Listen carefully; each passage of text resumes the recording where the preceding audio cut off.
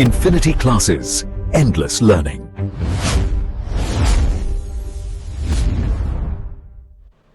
Hello friends, स्वागत है आप सभी का इन्फिनिटी क्लासेस में। हम पिछले क्लास में चक्रव्यूह सीरीज का वीडियो देखे थे। आज हम अपने ज्योमेट्रिक प्रोग्रेशन को पढ़ाएंगे। जो 12th का पोर्शन है उस पोर्शन को आज हम आगे बढ़ाएंगे। इसके पहले मैंने अरिथमेटिक प्रोग्रेशन के एक ही वीडियो में कंप्लीट जितना अपने सिलेबस के अकॉर्डिंग है मैंने उसमें सारा समेट दिया था। सिलेबस के अकॉर्डिंग क्या सिलेबस जितना था उससे ज़्यादा ही बताए हैं, उससे कम नहीं बताएं। कुल मिला के ये है हम जो भी वीडियो प्रोवाइड कर रहे हैं एक पुख्ता वीडियो प्रोवाइड कर रहे हैं। उसमें सिलेबस के साथ साथ जो इर्द गिर्द की थोड़ी बहुत जानकारी होती है उसको भी उसमें इंक्लूड कर देता हूँ। तो आज हम ज्योमेट्रिक प्रोग्रेशन को भी इसी तरह पूरा एक ही वीडियो में हम सारा कंप्लीट करने वाले हैं। धैर्य बनाए रखिएगा, ज़्यादा लंबा वीडियो नहीं होने वाला है, 2 से ढाई घंटे का वीडियो बनेगा। जरूरी है आप स्टार्टिंग से लेकर अंत तक इस पूरे वीडियो को देखें और अपने ज्योमेट्रिक प्रोग्रेशन में जो भी थोड़ा बहुत डाउट हो उसको आज ही क्लियर कर लेते हैं। हम 12th पोर्शन के साथ साथ जो विगत कई वर्षों से पूछे गए हैं क्वेश्चन उनका भी हम डिस्कशन करते हैं अपने चक्रव्यूह सीरीज के अंतर्गत। जो चक्रव्यूह सीरीज के नाम प्ले लिस्ट बना उसमें जाइएगा, उसमें देखिएगा अभी तक 17 लेक्चर हो चुके हैं। 3 सेट थ्योरी फंक्शन रिलेशन के न्यूमेरिकल्स, थ्योरी ऑफ इक्वेशन के न्यूमेरिकल्स और कॉम्प्लेक्स नंबर के भी न्यूमेरिकल्स जो विगत वर्षों में पूछे गए उनका हम डिस्कशन बारीकी तरीके से एक थ्योरी हर एक क्वेश्चन के थ्योरी के साथ साथ उसके न्यूमेरिकल का भी हम डिस्कशन कर लिए हैं। आज चलो फिर आप पेन और नोट्स लेके तैयार हो जाओ भाई। आज हम ज्योमेट्रिक प्रोग्रेशन को उसी तरीके से जिस तरीके से अभी तक सारी थ्योरी पार्ट को पढ़ते गए उसी तरीके से इस ज्योमेट्रिक प्रोग्रेशन को भी हम बारीकी से पढ़ेंगे। उससे रिलेटेड इसमें न्यूमेरिकल थोड़ा कम रखे हैं दोस्त। न्यूमेरिकल इसलिए कम रखे हैं क्योंकि हम पीवाईक्यू के तहत न्यूमेरिकल वैसे भी 250-300 न्यूमेरिकल लगाते हैं।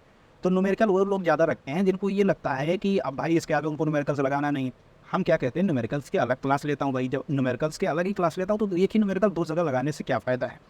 हम यहाँ वही थोड़ा वही न्यूमेरिकल्स रखें तो इसमें ट्रेंडिंग न्यूमेरिकल्स हैं कि ये न्यूमेरिकल्स आ सकते हैं, इसलिए उसको रखा हो ताकि बाद में जब अपना नोट्स पलटो रिवाइज करो वो सब पोर्शन आंखों के सामने बारीकी तरीके से आ जाएंगे तो जल्दी जल्दी रिवीजन हो जाएगा। तो ठीक है, फिर चलो बिल्कुल एकदम पेन और नोट्स लेके तैयार हो जाओ। आज हम जीपी को एक ही क्लास में निपटाने वाले हैं। एक टीचर के नाते हम बिल्कुल जीरो से समझाऊंगा और हार्ड लेवल तक ले चलूँगा। तो चलो स्टार्ट करते हैं। अपना ज्योमेट्रिक प्रोग्रेशन क्या है इसको बारीकी तरीके से देखते हैं। तो चलो भाई, क्या गया भाई अपना पेन, ये रहा। चलो स्टार्ट करते हैं। सबसे पहले समझते हैं कि ज्योमेट्रिक प्रोग्रेशन होता क्या है, इसको समझेंगे। पहले समझते हैं फिर उसके डिफिनीशन पे चलते हैं। डिफिनीशन तो इजी है, डिफिनीशन क्या अभी पढ़ोगे तो लगेगा कि डिफिनीशन तो बड़ा इजी है। पहले इसकी हम बारीकी को समझते हैं कि भाई ये अपना ज्योमेट्रिक प्रोग्रेशन है क्या। तो चलो पहले एक पेज लेता हूँ, नया पेज लेता हूँ, फिर बारीकी से समझाता हूँ। पेज इसके पीछे ही ले लेते हैं, ज़्यादा बेहतर है। तो एक बात, हम तुमको कुछ नंबर्स दे रहे हैं, जरा इन नंबर्स को बताओगे क्या लिखा है। ये 5 लिखा हूँ मैं, ये 10 लिखा हूँ, इसी तरह मैं 20 लिख देता हूँ, फिर इसको मैंने 40 लिख दिया, फिर इसी तरह मैं इसको 80 कर देता हूँ। जरा जल्दी से देख के हमको बता दोगे कि हमने ये किया क्या है। इसमें कुछ रिलेशन खुली आंखों से दिख रहा है हमको, अपने इन नग्न आंखों से हमको कोई रिलेशन दिख रहा है क्या। हमको एक रिलेशन हमको इसे आंखों से देखने पर हमको पता चल रहा है कि जो भी नंबर हम उठाते हैं वो पिछले नंबर का अपना डबल है। देखो ये डबल है कि नहीं है। फिर देखो ये नंबर 20 उठाए थे, अपने पिछले नंबर का डबल है कि नहीं है। देखो ये भी, देखो ये डबल है कि नहीं है। इसी तरह देखो ये डबल है कि नहीं है, बताओ है। हर एक नंबर अपने पिछले का डबल है कि नहीं है। इसका मतलब क्या है कि जो कोई नंबर हम उठाए वो पिछले का अपने डबल है। तो इसका मतलब एक रिलेशन ऐसा हमको मिल रहा है कि जो हमें इसमें नंबर जो मिल रहा है वो अपने पिछले का डबल मिल रहा है। तो इसी कंटिन्यूटी के हिसाब से 80 के बाद भी लिख सकते हो, फिर जो आएगा उसके बाद भी लिख सकते हो। कैसे लिख सकते हो, क्योंकि उसका पिछला हमको पता है ना कि इसका डबल करेंगे तो अगला टर्म आएगा। यहाँ तक बात समझ में आई, ठीक है।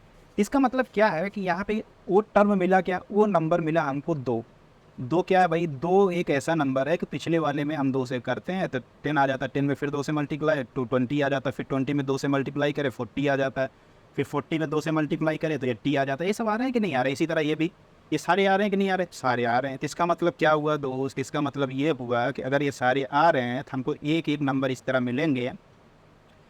तो ये जो मिला इसी को हम क्या कहते हैं, आर देते हैं। आर कहते हैं अपने ज्योमेट्रिक प्रोग्रेशन में, इसी को क्या कहते हैं, आर कहते हैं। अब चलो हम डिफिनीशन पे देखें। तो इसका मतलब क्या है कि ज्योमेट्रिक प्रोग्रेशन भी ऐसे कुछ होने वाला है क्या कि हमको कुछ टर्म्स दिए रहेंगे, उस टर्म में हमको एक आर इस प्रकार बनेगा, उसके मल्टीप्लाई करेंगे तो अगला टर्म हमको जाके मिल जाएगा। ऐसा क्या ज्योमेट्रिक प्रोग्रेशन में होना है, इसके डिफिनीशन वगैरह में होने हैं, बिल्कुल होना है। अब यही टर्म बता दो, ये जो हमने यहाँ लिखा है ये 2 आया कैसे भाई, ये 2 आया कैसे। ये जो आगे वाला टर्म है उसे पिछले वाले से डिवाइड किया तभी तो आया है। इसी तरह ये 20 आया कैसे, जब 20 उसके पिछले वाले टर्म से डिवाइड किया तभी तो आया।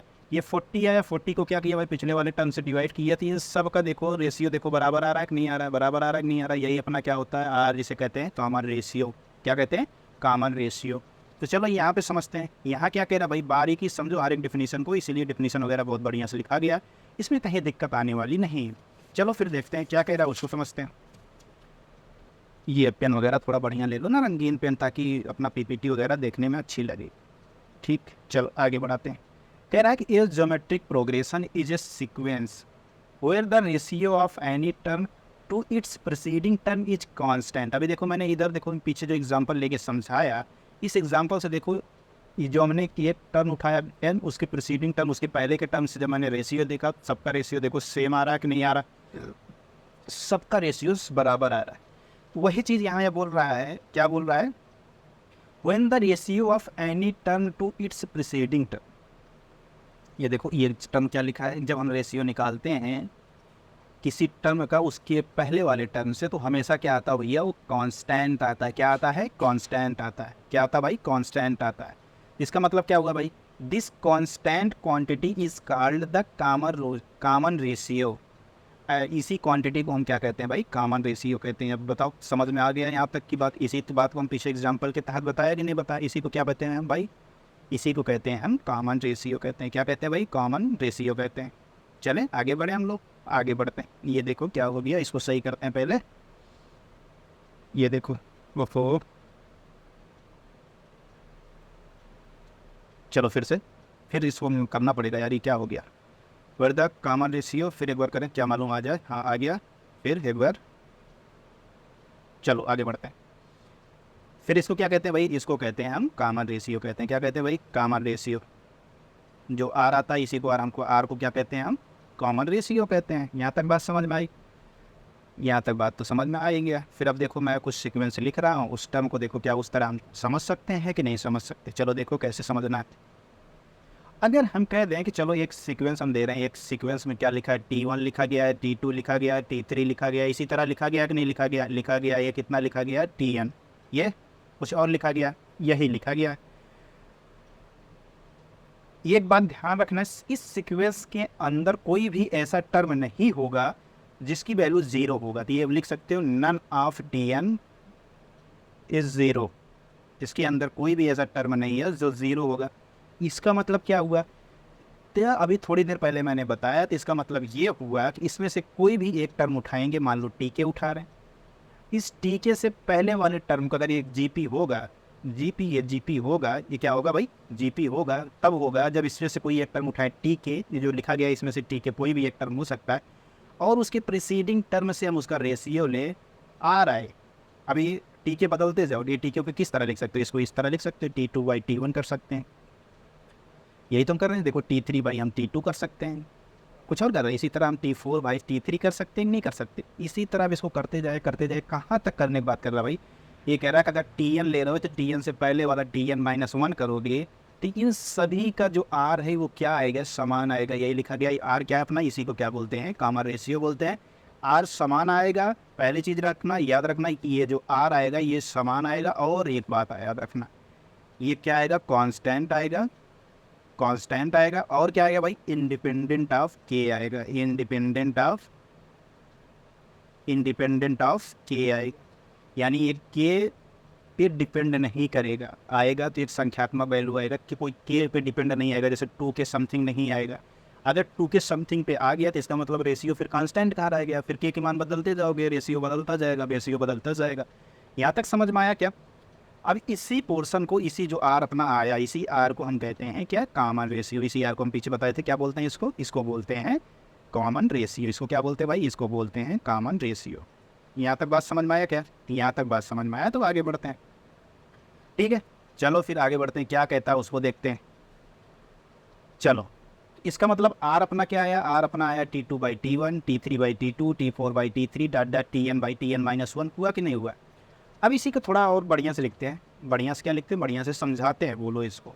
अगर हम कहें कि अपना T1 हम तुमको बता दे रहे हैं भैया, T1 जो है फलाने मतलब क्या है, ये है अपना T1 क्या है, ये है। और तुमको कह दो ये क्या है भाई, फर्स्ट टर्म ऑफ जीपी है। क्या है, फर्स्ट टर्म ऑफ जीपी। जो देखो अब इसको कहोगे फर्स्ट टर्म क्यों लिख रहे हो, क्योंकि सबसे ज़्यादा ये जो ना, क्योंकि हर एक सीक्वेंस को भी देखना फर्स्ट टर्म दिया रहेगा, कॉमन रेशियो दिया रहेगा, उसी से बहुत कुछ बदल जाएगा। तो T1 = ये हमने क्या माना भाई, फर्स्ट टर्म ऑफ जीपी माना। अब चलो आगे बढ़ते हैं, फिर T2 हम लिख ले जाएंगे कि नहीं लिख ले जाएंगे।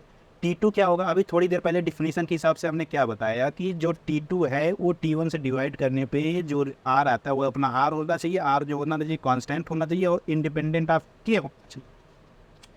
इसका मतलब क्या है कि अगर ये T2 निकालना हो तो R से मल्टीप्लाई कर देंगे तो अपना T2 आ जाएगा कि नहीं आएगा, तो ये कितना हो जाएगा, A इंटू R हो जाएगा कि नहीं हो जाएगा। किसी को कोई दिक्कत हो बता दो, कोई दिक्कत नहीं है। इसी तरीके से हम T3 निकालना चाहें तो क्या हो जाएगा भाई, ए आर है, इसमें फिर R से गुणा करोगे तो कितना हो जाएगा, T3 आ जाएगा। कितना लिखें इसको, AR स्क्वायर लिखते, कोई दिक्कत है। इसी तरह हम T4 की बात करें, T4 निकालना चाहें तो भाई AR स्क्वायर निकाले हैं, AR स्क्वायर में R से और मल्टीप्लाई कर देंगे, कितना हो जाएगा, AR क्यूब आ जाएगा कि नहीं आ जाएगा, आ जाएगा, बिल्कुल आएगा। इसी तरह दोस्त, इसी तरह हम बढ़ते जाएं। अगर हम TN निकालना चाहें तो कैसे निकालेंगे भाई, TN-1 वाले टर्म में हम R से मल्टीप्लाई किए रहे होंगे कि नहीं किए रहे होंगे। अब TN-1 वाले टर्म कैसे लिखे रहे होगे, ये भी थोड़ा सोच के बताओ ना, ये कितना लिखे रहे होगे। देखो जब यहाँ हमने T4 निकाला तो AR क्यूब आया, जब TN-1 निकाला रहा होगा तो क्या AR पावर N-2 लिखा रहा होगा कि नहीं रहा होगा। जैसे देखो यहाँ T3 लिखा तो यहाँ 2 लिखा, यहाँ 4 लिखा तो यहाँ 3 लिखा, ऐसे N-1 निकाला रहा होगा तो N-2 लिखा रहा होगा। इनटू कितना R किए रहे होगे, ये सॉल्व करके लाओगे कितना, AR का पावर N-1, यही तो आ रहा होगा कि नहीं आ रहा होगा, बताओ। अब ये अपना है क्या, ये अपना है, एक मिनट ओपो दोस्त क्या कर रहे हो तुम, फिर ये TN इज इक्वल टू कितना हो जाएगा, AR का पावर N-1। यहाँ तक किसी को कोई डाउट हो तो बता दो भाई, ये TN आया AR के पावर N-1, यहाँ तक समझ में आया क्या, ठीक है। इसका मतलब अब हमको GP लिखना होगा, जैसे हमने T1, T2, T3 ऐसे डॉट डॉट करके लिखा था कि नहीं लिखा था। अब हमको एक GP लिखना हो कि A और R के टर्म में GP लिखना हो तो कैसे लिखोगे भाई, उसको देखो। अब हमको तो A पता चल गया, R भी पता चल गया, तो इसका मतलब अगर हमको लिखना होगा कैसे लिखेंगे, AR स्क्वायर, AR का क्यूब, ऐसे हम अपने टर्म्स को लिखते जाएंगे कि नहीं लिखते जाएंगे, तो कितना हो जाएगा, AR का पावर N-1 आएगा कि नहीं आएगा। ये क्या है, अगर इतना लिखा तो इसको कहते हैं फाइनाइट GP। इसको क्या कहते हैं भाई, फाइनाइट GP को क्या बोलते हैं, ज्योमेट्रिक प्रोग्रेशन, और हिंदी में क्या बोलते हैं, गुणोत्तर क्या बोलते हैं, गुणोत्तर श्रेणी। हाँ, AR square, AR cube dot dot AR power N-1। अगर AR पावर N-1 तक लिखा तो इसको फाइनाइट GP कहते हैं।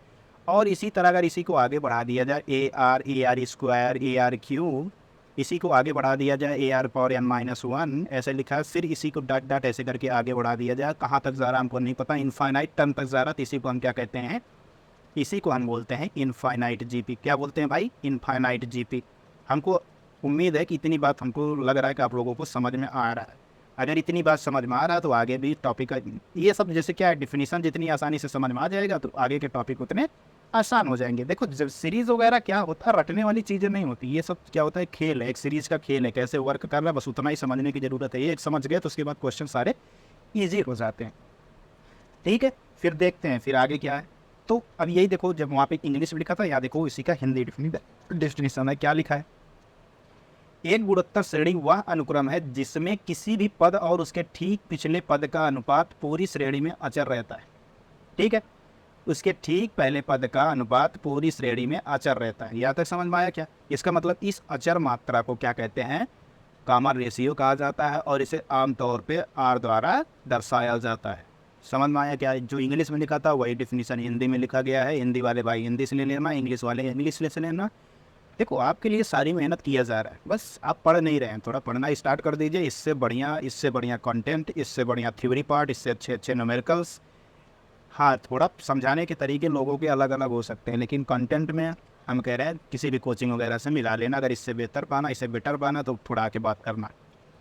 तो आपको ज़रूरत है पढ़ने की, जो कि अभी हो नहीं रही है। स्टार्ट कर दो भाई, अब तो होली भी ख़त्म हो गया, अब तो वो जो होली के दिन भस्म वगैरह खाए पिए रहे होगे वो भी उतर गया होगा ना जी।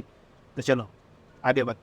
तो अभी थोड़ी देर पहले मैं यही बता रहा था कि अगर T1 A दिया गया है तो AR square, AR cube dot dot AR power N-1 लिखना, ये सिखा दिया था कैसे लिखा जाता है। जहाँ A अपना फर्स्ट टर्म है, R अपना क्या होता है, कॉमन रेशियो होता है। A अपना क्या होता है भाई, A अपना होता है फर्स्ट टर्म होता है, और R क्या होता है भाई, अपना R होता है अपना कॉमन रेशियो। क्या होता है भाई, कॉमन रेशियो। यहाँ तक समझ में आया बात, यहाँ तक बात समझ में आ गया। तो आगे चलते हैं हम लोग, आगे क्या दिखा गया उसको पढ़ते हैं। फाइनाइट GP बता दिया। फाइनाइट GP जब A finite number of terms रहे तो उसे फाइनाइट GP कहते हैं। इनफाइनाइट GP किसको कहते हैं, जिसमें इनफाइनाइट नंबर ऑफ टर्म्स रहे उसको इनफाइनाइट GP कहते हैं। यहाँ तक बात समझ में आई क्या। यहाँ तक बात समझ में आई तो हम लोग आगे बढ़ते हैं। आगे क्या है उस पोर्शन को देखते हैं। अब देखो मज़ा बहुत आने वाला है, जरूरी है आपको पढ़ने की। अब देखो इंपॉर्टेंट रिजल्ट देखो, कितना बढ़िया रिजल्ट लिखा गया। क्या लिखा गया भाई, किसी भी जीपी में ए कभी जीरो नहीं हो सकता और ना ही आर कभी जीरो हो सकता। इसका मतलब क्या है कि एक जीपी कभी लिखा गया है तो उसके बीच में कभी जीरो टर्म तो आ ही नहीं सकता। समझ में आया क्या? तो एक जीपी कभी जीरो कॉन्टेन नहीं करेगा। वही इसने लिखा है कि neither a equal to zero, क्योंकि ए जीरो हो गया तब भी एक जीपी के अंदर एक जीरो मिल जाएगा, आर जीरो हो गया तब भी जीरो मिल जाएगा। क्यों? क्योंकि ए कामा ए आर स्क्वायर कामा ऐसे समथिंग लिखा रहता है कि नहीं लिखा रहता। तो जीपी में कभी जीरो नहीं हो सकता। क्यों नहीं हो सकता? क्योंकि जब कामा रेशियो निकालोगे, किसी टर्म को करके निकालोगे, उसके पिछले टर्म से उसमें डिवाइड देवो, तो जीरो से तो कभी हम डिवाइड दे ही नहीं सकते। यही कारण है कि किसी भी जीपी में कोई भी टर्म जीरो नहीं हो सकता। No term can be equal to zero. देखो ये साफ साफ लिखा है कि no term can be equal to zero. वही जो ऊपर मैंने बताया, क्योंकि जीरो किससे हो सकता है? ए से जीरो हो सकता है और आर से जीरो हो सकता है। जब दोनों है ही नहीं है तो फिर जीरो नहीं हो सकता। अगर दोनों में एक भी जीरो हो गया तो सीरीज में जीरो, अपना जो सीक्वेंस है उसमें जीरो आ जाएगा। तो इसीलिए हम कह सकते हैं कि उसमें कोई भी टर्म जीरो नहीं होना चाहिए। यहाँ तक बात समझ में आया? ठीक है, बात समझ में आया तो आगे बढ़ते हैं। आगे क्या कह रहा है उसको देखो। If term are alternatively positive and negative, c r is negative. चलो बात समझते हैं, पहले क्या लिखा गया इसको, छोटी छोटी बात को हम समझते हैं। अब क्या करता है कि ये जो एक बात हमको मोटा मोटा समझ में आ गया कि ये जो जीपी है, ये जीपी अपने आर के ऊपर डिपेंड करेगा कि नहीं करेगा। अब आर के ऊपर डिपेंड करेगा तो आर की प्रॉपर्टी को तो हमको पढ़ना पड़ेगा। तो अब यही कह रहा है कि अगर एक जीपी में अगर एक बार पॉजिटिव लिखा, फिर निगेटिव, फिर पॉजिटिव, फिर निगेटिव, फिर पॉजिटिव, फिर निगेटिव, अगर ऐसा कहीं लिखा गया है भाई, तो इसका मतलब क्या है कि अपना सी आर क्या है? निगेटिव है। जैसे एग्जाम्पल देखो, अगर यही कह दूँ ये 2 लिखा, -4 लिखा, फिर 8 लिखा, फिर -16 लिखा है, ऐसे डॉट डॉट अपना चलता जा रहा है, चलता जा रहा, चलता जा रहा, चलता जा रहा। अब क्या है कि हम कहेंगे कि इसका कॉमन रेशियो आर बताओ, तो आर बताओगे कितना आएगा भाई? इसमें से डिवाइड करोगे कितना आ जाएगा? -2।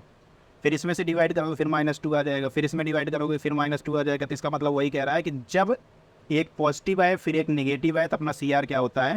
ये देखो लिखा गया, अपना सी आर क्या होता है? निगेटिव होता है। यहाँ तक समझ में आया क्या? अपना सी आर क्या हो जाता है? निगेटिव हो जाता है। यहाँ तक ठीक।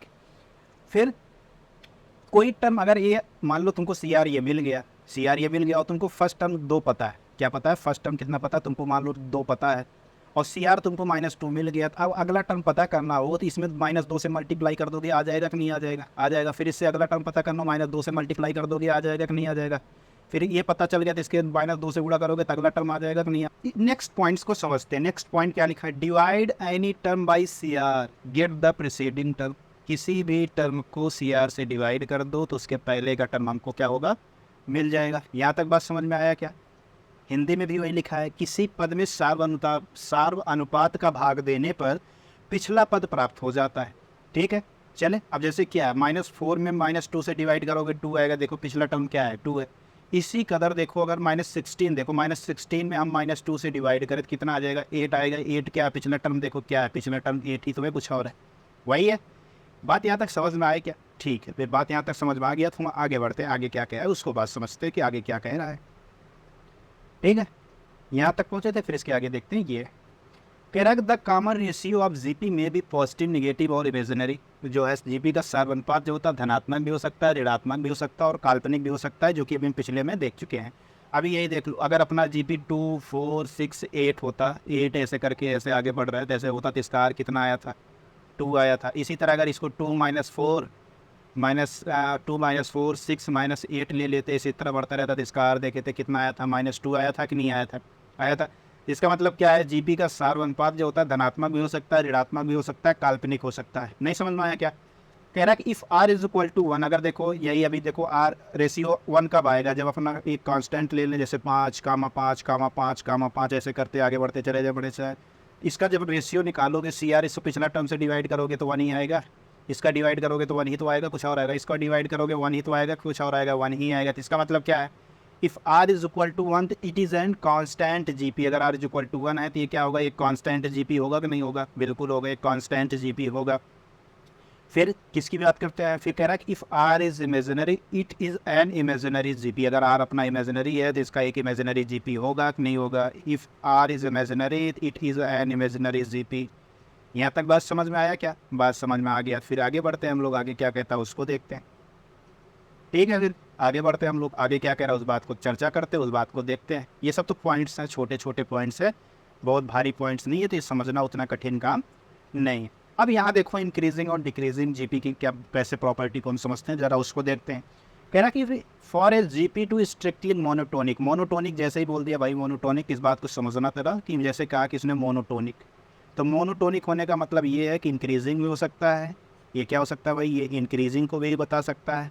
क्या बता सकता है, इंक्रीजिंग को भी बता सकता है, ये डिक्रीजिंग को भी बता सकता है। तो ध्यान रखना, अगर अपना आर ग्रेटर दैन 0 है तो डिक्रीजिंग, अब मोनोटोनिक बताएगा तो इंक्रीजिंग और डिक्रीजिंग ये दोनों को बता सकता है। अब उसकी कंडीशन के हिसाब से देखेंगे कि ए अपना क्या है, 1 से बड़ा है कि ए अपना 0 और 1 के बीच में, ये भी तो डिपेंड करेगा। केवल अपना जीपी का जो कोई जीपी दिया गया है तो केवल आर पे ही डिपेंड होगा क्या, नहीं, आर पे डिपेंड होने के साथ ए पे भी तो डिपेंड होगा। अगर मान लो आर तुम्हारा पॉजिटिव है तो क्या अगर आर ग्रेटर दैन 0 है तो एकदम स्ट्रिक्टली इंक्रीजिंग होगा, नहीं, फिर ये डिपेंड करेगा ए किस पे है। ए अगर तुम्हारा मान लो ए तुम्हारा 0 और 1 के बीच में है, तब बताओ तो भाई, तब भी क्या तुम्हारा वही स्ट्रिक्टली इंक्रीजिंग टाइप का होगा, नहीं होगा। पहले उसको बात को भी थोड़ी देर बाद उसी को समझने वाले हैं।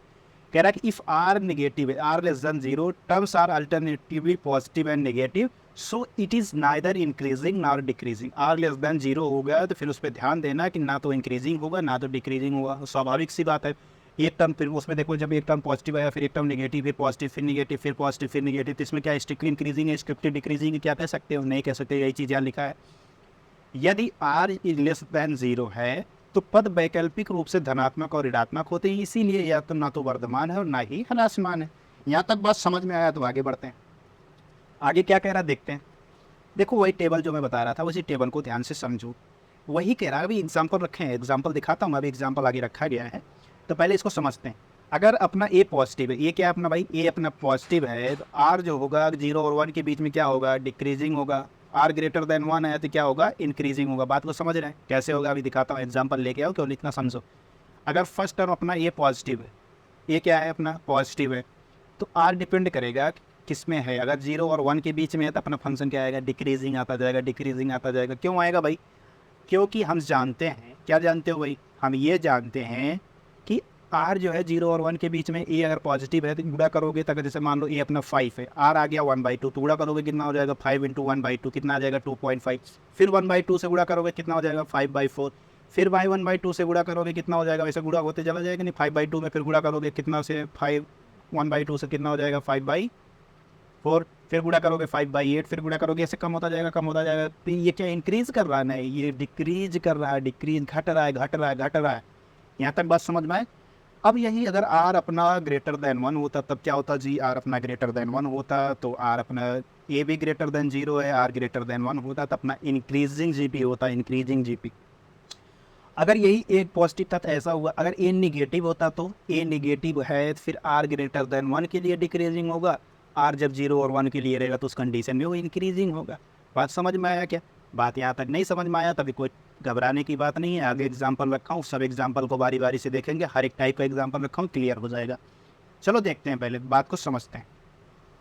चलो क्या कह रहा है, पहला क्वेश्चन ही देखो क्या कह रहा है। पहला क्वेश्चन ये कह रहा है कि अपना अगर आर जो अपना कुछ जो मतलब सीरीज जो सीक्वेंस दिया गया, क्या दिया गया, 1 2 4 6 8 दिया गया, तो इसका फर्स्ट टर्म बता सकते हो दोस्त कितना होगा, फर्स्ट टर्म 1 है, और आर बता सकते हो कितना होगा। आर को पिछले टर्म से उसमें डिवाइड करोगे, देखो 2 आएगा, इससे में डिवाइड करोगे 2 आएगा, इसको इसमें डिवाइड करोगे 2 आएगा, इसको इसमें डिवाइड करोगे 2 आएगा। तो अपना आर क्या मिल रहा है, कॉमन रेशियो अपने को क्या मिल रहा है, कॉमन रेशियो अपने को 2 मिल रहा है कि नहीं मिल रहा है।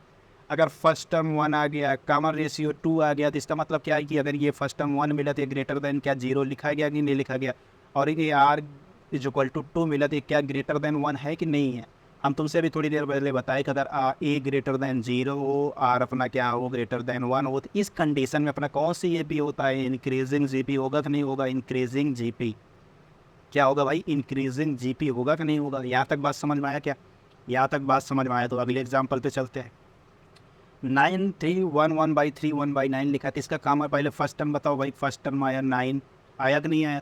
फिर आर को पता करोगे, आर क्या करोगे भाई, आर को पता करने के लिए जो टर्म उठा रहे हो उसके पिछले टर्म से भाग दोगे, कितना आ जाएगा 1/3। किसी भी दो टर्म को उठाओगे, जैसे 1/9 को उठाए, 1/9 उठाए तो पिछले टर्म से भाग दोगे, 3 ऊपर चला जाएगा, तब भी 1/3 ही आना है। कांस्टेंट रेशियो होता है, ध्यान रखना। ये नहीं है कि पहले दूसरे टर्म में कुछ और आएगा फिर तीसरे चौथे टर्म निकालेंगे तो कुछ और आएगा, नहीं, ऐसा नहीं होता, एकदम कांस्टेंट आएगा। और इंडिपेंडेंट ऑफ के आएगा। ये दोनों ध्यान रखना, ये डेफिनेशन से हम जानते हैं और इससे भर भर के क्वेश्चन पूछे जाते हैं और बहुत ईजी क्वेश्चन होते हैं लेकिन बहुत इंपॉर्टेंट क्वेश्चन होते हैं। अगर पता है तो ठीक है, नहीं पता है तो पसीने छूट जाएंगे। ठीक है, A is equal to 9 and R is equal to 1/3। A is equal to 9 लिखा है तो 9 ग्रेटर देन 0 हो जाएगा। अगर आर इज इक्वल टू 1/3 लिखा है तो इसको ध्यान से देखो, ये क्या 0 और 1 के बीच में आ रहा है कि नहीं आ रहा है, बताओ भाई। अब ये आ रहा है तो अब क्या हो सकता है भाई, जल्दी से कोई बता देगा कि अपना ए ग्रेटर देन 0 है और अपना आर 0 और 1 के बीच में आ रहा है, तो कौन सी जीपी होगा भाई, डिक्रीजिंग वाला होगा कि नहीं होगा, बताओ। किसी को कोई डाउट है क्या, डिक्रीजिंग जीपी होगा कि नहीं होगा, होगा। फिर चलते हैं अगले एग्जाम्पल पे। फिर क्या कह रहा है, -2 -6 -18 ऐसे लिखा गया, तो इसका फर्स्ट टर्म क्या भाई, फर्स्ट टर्म -2 है जो कि क्या लिखा है, नेगेटिव है कि नहीं लिखा। फिर आर को पता करना होगा, तो आर कैसे पता करोगे, कितना हो जाएगा, -6 डिवाइड बाई कितना करोगे, -2, कितना आएगा भाई, आएगा 3। इसका मतलब अपना ए लेस देन 0 आया एंड आर ग्रेटर देन 1 आया, तो इसका मतलब क्या है भाई, ये कौन सी जीपी है बताया था। अगर A less than 0 R greater than 1 हो तो इस कंडीशन में डिक्रीजिंग जीपी होता है। कौन सा जीपी होता है भाई, डिक्रीजिंग जीपी होता है। कौन सा जीपी, डिक्रीजिंग जीपी। और तुमको नज़र आ भी रहा होगा, -2 के बाद -6 है भाई, -6 है। निगेटिव में जितने बड़े नंबर लगे होंगे, जितने बड़े नंबर साथ निगेटिव है उतना छोटा संख्या होता है। अब -18 -6 से छोटा है, -18 के बाद क्या आएगा भाई, -54 आएगा, और -18 से छोटा है। तो देख रहे हो संख्या घटती जा रही कितनी घटती जा रही। तो ये किसको क्या कहते हैं, डिक्रीजिंग जीपी कहते हैं। बात यहाँ तक समझ में आया तो आगे बढ़ते हैं, बात यहाँ तक समझ में आ गया तो आगे बढ़ते हैं। आगे क्या लिखा भाई, कह रहा है -8 -4 -2 -1 -1/2 डॉट डॉट करके ऐसे दिया गया। तो इसका फर्स्ट टर्म जल्दी से बता दो दोस्त, फर्स्ट टर्म हो जाएगा -8 और इसका बता दो कितना हो जाएगा, -4 में से -8 का डिवाइड लगाएंगे, कितना आ जाएगा दोस्त, आ जाएगा 1/2। तो ध्यान से देखो, ए अपना निगेटिव है और आर अपना क्या है, 0 और 1 के बीच में है। अगर ऐसा कुछ बताए थे, ऐसा कुछ मिल जाए तो इसी को हम क्या बोलते हैं, इंक्रीजिंग जीपी। बताए थे इंक्रीजिंग होता है कि नहीं होता, बताए थे इंक्रीजिंग क्या होगा, जीपी होगा कि नहीं होगा, होगा, बिल्कुल होगा। चलो फिर आगे बढ़ते हैं। फिर अगला क्या लिखा भाई, 5 -10 20 ऐसा कुछ समथिंग लिखता जा रहा है कि नहीं लिखता जा रहा है। तो इसका फर्स्ट टर्म बता दो भाई क्या होगा, फर्स्ट टर्म कोई बता सकता है, इसका फर्स्ट टर्म कितना आएगा। इसका फर्स्ट टर्म लिखा गया A is equal to 5 and R is equal to लिखा गया -10 डिवाइड बाई 5, कितना आएगा, -2। इसका मतलब क्या भाई, फर्स्ट टर्म ए ग्रेटर देन 0 है, लेकिन यहाँ पे ध्यान से देखना आर निगेटिव आ गया। तो हम थोड़ी देर पहले बताया कि अगर आर निगेटिव आ जाए उस कंडीशन में क्या होता है भाई, ना इंक्रीजिंग होता है ना ही डिक्रीजिंग होता है। देखो ये लिखा है, it is neither increasing not decreasing. यही बात को समझाऊँ क्या, लिख के दिखाऊँ क्या, चलो इसको भी मैं हाईलाइट कर देता हूँ थोड़ा सा ताकि ये कन्फ्यूज़न ना बने। लो तुम्हारी खुशी के लिए ये भी कह दिया मैं। कुल मिला के आर अगर लेस देन 0 आ गया तो ना तो इंक्रीजिंग होगा ना तो डिक्रीजिंग होगा। और आर जब बताया, आर जब नेगेटिव आ जाए तो जब उसमें जाके टर्म्स को देखोगे तो एक बार पॉजिटिव फिर नेगेटिव फिर पॉजिटिव फिर नेगेटिव फिर पॉजिटिव फिर नेगेटिव, ऐसा करते करते आता रहेगा। अदर टर्म ऐसे आते रहेंगे। बात समझ में आई यहाँ तक, बात समझ में आई तो आगे बढ़ते हैं कि 6 क्या कह रहा है। अगर ये देखो 5 5 5 ऐसे लिखा गया है तो इसका देखो आर इज इक्वल टू, इसका ratio r is equal to 1 आ रहा था, आर इज इक्वल टू 1 आ रहा था। इसको कौन से जीपी बोला था, इसको बताया था ये कांस्टेंट जीपी होता है। यहाँ तक बात समझ में आया कि नहीं दोस्त, बात समझ में आ गया। फिर आगे बढ़ते हैं, आगे देखते हैं क्या होता है। देखो 1 1 प्लस आई, फिर 2i लिखा, फिर -2 + 2i लिखा गया। ऐसे ही तो लिखा गया कि नहीं लिखा गया। इसमें ज़रा जल्दी से हमको बता दो कि फर्स्ट टर्म क्या लिखा गया, first term a is equal to 1 लिखा गया। यहाँ तक लिखा गया तो कोई दिक्कत तो है नहीं। फिर हमको पता करना है कॉमन रेशियो कितना होगा। कॉमन रेशियो कितना होगा, आप ऐसे लिख उठा तो इसको जस्ट पकड़ ले जाओगे जीपी है कि नहीं है। तो पहले कॉमन रेशियो पता करो, तो कॉमन रेशियो आएगा 1 + i डिवाइड बाई 1, तो कितना आया 1 + i। अब इसको गुणा करो, फर्स्ट टर्म में इतना गुणा करोगे तो भाई देखो 1 + i आया। फिर 1 + i इंटू 1 + i करोगे तो देखो 2i आएगा कि नहीं आएगा। चेक कर लेते हैं, 1 + i में हम 1 + i से गुणा कर रहे हैं। अगला टर्म हमको मिलना चाहिए था, हम करके देख रहे थे कितना हो जाएगा 1 + i, फिर कितना हो जाएगा i, फिर कितना हो जाएगा +i² हो जाएगा कि नहीं हो जाएगा। तो कितना हो जाएगा 1 + 2i, कितना हो जाएगा भाई ये -1 होगा कि नहीं होगा।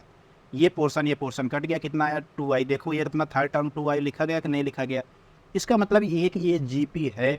अच्छा जी, अगर ये जीपी है, आर इमेजनरी है, तो इसका मतलब ये इमेजनरी जीपी हुआ कि नहीं हुआ, बिल्कुल हुआ। तो क्या है भाई, इमेजनरी जीपी है। देखो यहाँ पे लिखा गया कि कौन सा जीपी है, इमेजिनरी जीपी है। कब है, जब इसका कॉमन रेशियो क्या है, इमेजिनरी है। ठीक है, चलो आगे बढ़ते हैं। फिर आगे क्या है उसको देखते हैं। अब देखो क्वेश्चन लिखा गया है, ये भी बहुत बढ़िया क्वेश्चन है, इस समय ट्रेंड में है कि ऐसे क्वेश्चन पूछा जा रहा है। कह रहा है कि so that Tn is equal to 2^2n - 1 divide by 3 is a GP. एक जीपी है, इसको दिखाना है। तो थोड़ी देर पहले हमने क्या बताया था, जब आप उस थ्योरी पार्ट को देखते हैं, समझते हैं, फिर इस क्वेश्चन को हम रगड़ देते हैं कैसे लगेगा।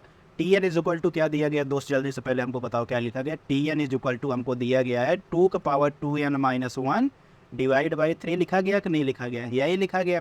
अब ये क्या है, n बिलोंग्स टू n, यही तो लिखा गया, कुछ और लिखा गया, यही लिखा गया। तो चलो आगे देखते हैं कि आगे क्या कहता है, उस बात को समझते हैं। अभी थोड़ी देर पहले हमने क्या पढ़ा था कि ये अगर कहीं T1 लिखा है, T2 लिखा गया, T3 लिखा गया, ऐसे डॉट डॉट डॉट डॉट ऐसे लिखा गया है, कहाँ तक, अगर मान लो यहाँ Tk-1 लिखा गया, फिर Tk लिखा गया, इसी तरह आगे बढ़ते बढ़ते चलेंगे। फिर हम R निकाले थे, R क्या निकाले थे भाई, Tk को Tk-1 से डिवाइड किए थे, यही अपना R आया था। हमने क्या बताया था कि ये भैया या तो कांस्टेंट आ जाए, कांस्टेंट आ जाए तब भी अपना काम चल जाएगा, तब भी हमें गुस्सा नहीं आएगा। लेकिन एक बात और बोला था कि अगर कांस्टेंट नहीं आना चाह रहा तो इसके पास केवल एक रास्ता हो रहा है कि इंडिपेंडेंट ऑफ n हो जाए, ये डिपेंड ना करे। डिपेंड आ जाएगा तो हम आग बबूला हो जाएंगे, लाल लाल हो जाएंगे। इंडिपेंडेंट ऑफ n हो जाएगा, नहीं समझ, यहाँ के लिए है तो इंडिपेंडेंट ऑफ के, मतलब किसी के ऊपर ये डिपेंड नहीं करेगा। डिपेंड कर गया फिर तो अपना रेशियो अलग अलग आएगा, फिर तो अपना काम बनने वाला नहीं है। तो इस बात का बहुत बारीकी से ध्यान देना कि अपना कॉमन रेशियो या तो कांस्टेंट होगा या तो इंडिपेंडेंट ऑफ के होगा। यहाँ तक बात आप समझ में आ गया, तो फिर आगे बढ़ते हैं। आगे क्या लिखा, हमको Tn लिखा गया है, Tn हमको दिया गया था, हमको किस क्या और क्या पता चल जाए तो अपना काम बन जाएगा। Tn या Tk लिखा जाए, Tn होता तो Tn-1 निकाले होते, तो इसका मतलब एक टर्म और मिल जाए हमको Tn-1। हमको क्या बताना है भैया, ये जो Tn दिया गया है यही हमको बताना है कि Gp है। और Gp का परिभाषा हम ये पढ़ के आए कि इसका कॉमन रेशियो या तो कांस्टेंट हो या इंडिपेंडेंट ऑफ n हो या के हो। तब Tn-1 पहले निकाल लेते। Tn-1 निकालोगे क्या हो जाएगा, जहाँ n है वहाँ n-1 रखोगे, -1 डिवाइड बाई 3 करोगे कि नहीं करोगे, बिल्कुल करेंगे भाई। ये कितना हो जाएगा भाई, 2 का पावर कितना हो जाएगा, 2n-2 -1 डिवाइड बाई कितना हो जाएगा, ये 3 हो जाएगा, होगा कि नहीं होगा। ये कितना हो जाएगा, 2 का पावर 2n-3, ये कितना हो जाएगा, 2n-3 डिवाइड बाई 3 होगा कि नहीं होगा, बिल्कुल होगा। अब हम निकालेंगे क्या, अपना r का मतलब क्या, Tn डिवाइड बाई Tn-1 निकालेंगे। अब Tn कितना दोस्त, Tn लिखा गया है 2 का पावर 2n-1 डिवाइड बाई 3, फिर इसका डिवाइड लगाना किससे, 2 का पावर 2n-3 डिवाइड बाई 3, इससे डिवाइड लगाना है। ये वाला 3 ये वाला 3 इसके साथ कट गया, कट जाएगा कि नहीं कट जाएगा, कट जाएगा। फिर ये बचा क्या, 2 का पावर 2n-1 डिवाइड बाई कितना आया, 2 का पावर 2n-3 आया कि नहीं आया। फिर इसको बेस समान है, गाते घट जाएंगे, ऊपर लेके चलते हैं हम। ऊपर लेके चलोगे तो 2n को खा जाएगा, इधर +3 हो जाएगा, इधर -1 हो जाएगा, तो कितना हो जाएगा, 2 का पावर 2, यही बचने वाला है। और ये कितना आना भाई, 4, और ये 4 आया है। 4 है क्या भाई, ये कांस्टेंट है कि नहीं है, ये कांस्टेंट है। तो इसका मतलब क्या है, यहाँ लिख दो थोड़ा सा, ये कांस्टेंट है। इसका मतलब क्या हुआ कि Tn डिवाइड बाई Tn-1 अगर ये है, ये क्या है भाई, is independent of n and equal to कितना, 4। इसका मतलब क्या है भाई, जो Tn इज इक्वल टू 2 का पावर 2n-1 डिवाइड बाई 3 लिखा गया है, ये एक Gp को रिप्रेजेंट करता है। इतनी बात समझ में आया क्या, इतनी बात समझ में आ गया तो अगले क्वेश्चन पे चलता हूँ। तो इसका मतलब क्या है, एक छोटा सा लिख देता हूँ। ये जो इसका मतलब जो Tn हमको दिया गया, Tn क्या दिया है, 2 का पावर 2n-1 डिवाइड बाई 3 दिया गया है, ये क्या है, इज अ Gp या रिप्रेजेंट्स अ Gp। यहाँ तक बात समझ में आया क्या, यहाँ तक बात समझ में आया। फिर चलते हैं आगे। ये क्या लिखा गया है, ये क्वेश्चन और दिया गया है, कह रहा है कि so that Tn is equal to 2 × 3 की power n+1 is not a Gp। हमको ये शो करना है कि ये जो Tn है ये Gp नहीं है, यही हमको शो करना है। तो चलो हम देखते हैं, इसको शो करते हैं कि Gp नहीं है। चलो आगे बढ़ते हैं, फिर इसको शो कर देते हैं जल्दी से भाई। Tn इज, यहाँ लेते हैं पेज, यहाँ लिखते हैं Tn इज इक्वल टू, चलो लिखते हैं फिर। क्वेश्चन में अपना Tn क्या दिया गया, Tn दिया गया 2 × 3 की पावर n+1 दिया गया, यही हमको शो करना है कि भैया Gp है कि नहीं है, यही हमको जल्दी से बता दो। तो चलो हम दिखा भी, थोड़ी देर हम पहले समझ लिए थे कि अगर इसको Gp दिखाना है तो भैया एक टर्म हमको Tn-1 भी पता करना पड़ेगा, जिसको Tn-1 पता करोगे कितना हो जाएगा, Tn या ना -1 + 1 हो जाएगा कि नहीं हो जाएगा। किसी को यहाँ तक कोई दिक्कत हो तो ज़रा हमको बक दो भाई, हम उस निदान को आगे कर देते हैं, बढ़ा देते हैं। बढ़ा देने का मतलब ये होता है सॉल्व कर देते हैं भाई, बढ़ाने का मतलब ये नहीं कि स्किप कर देते हैं। इसका मतलब कितना हो जाएगा, Tn डिवाइड बाई Tn-1 कितना हो जाएगा, ये कितना हो जाएगा भाई, 2 × 3 की पावर n+1 डिवाइड बाई कितना हो जाएगा, 2 × 3 की पावर n-1 + 1 होगा कि नहीं होगा, ये 1 ही है ना भाई। 1 ही है, क्या दिक्कत है? यहाँ तक समझ में आया क्या? जी बिल्कुल समझ में आ गया। तो यहाँ तक समझ में आ गया तो इसको क्या करना है, इसको सिंप्लीफाई करना है। कैसे करोगे? 2 इंटू 3 की power n plus 1 divide by कितना हो जाएगा ये 2 इंटू 3 की power n plus 3 divide by कितना हो जाएगा 3, होगा कि नहीं होगा? फिर ये कितना हो जाएगा 3 इंटू 2 की पावर 3 पावर n प्लस 1 हो जाएगा, ये डिवाइड बाई कितना हो जाएगा 2 इंटू 3 की पावर n प्लस 3, होगा कि नहीं होगा? बिल्कुल हो जाएगा। अब ये क्या किसी तरह इसको काट पीट सकते, नहीं काट पीट सकते, ना ही इसको अलग से कर सकते। इसका मतलब ये क्या है कि ये डिपेंड कर रहा है एन पे, कर रहा है कि नहीं कर रहा है, तो इसीलिए ये क्या कर रहा है, डिपेंड्स ऑन एन, या इसको लिख सकते हो not independent, not independent, not independent of n. So the given sequence is not a GP, is not a GP. जो सीक्वेंस हमको दिया गया है एक जीपी नहीं है। बात समझ में आया? जीपी क्यों नहीं है? क्योंकि वो एन पे डिपेंड करता है। हम अभी थोड़ी देर पहले बताया कि इसका कॉमन रेशियो अगर कांस्टेंट आ जाए, डिपेंड ना करें एन पे, तो हम उसको कह सकते हैं वो एक जीपी है। अगर ऐसा नहीं हो रहा तो हम उसको जीपी नहीं कहेंगे।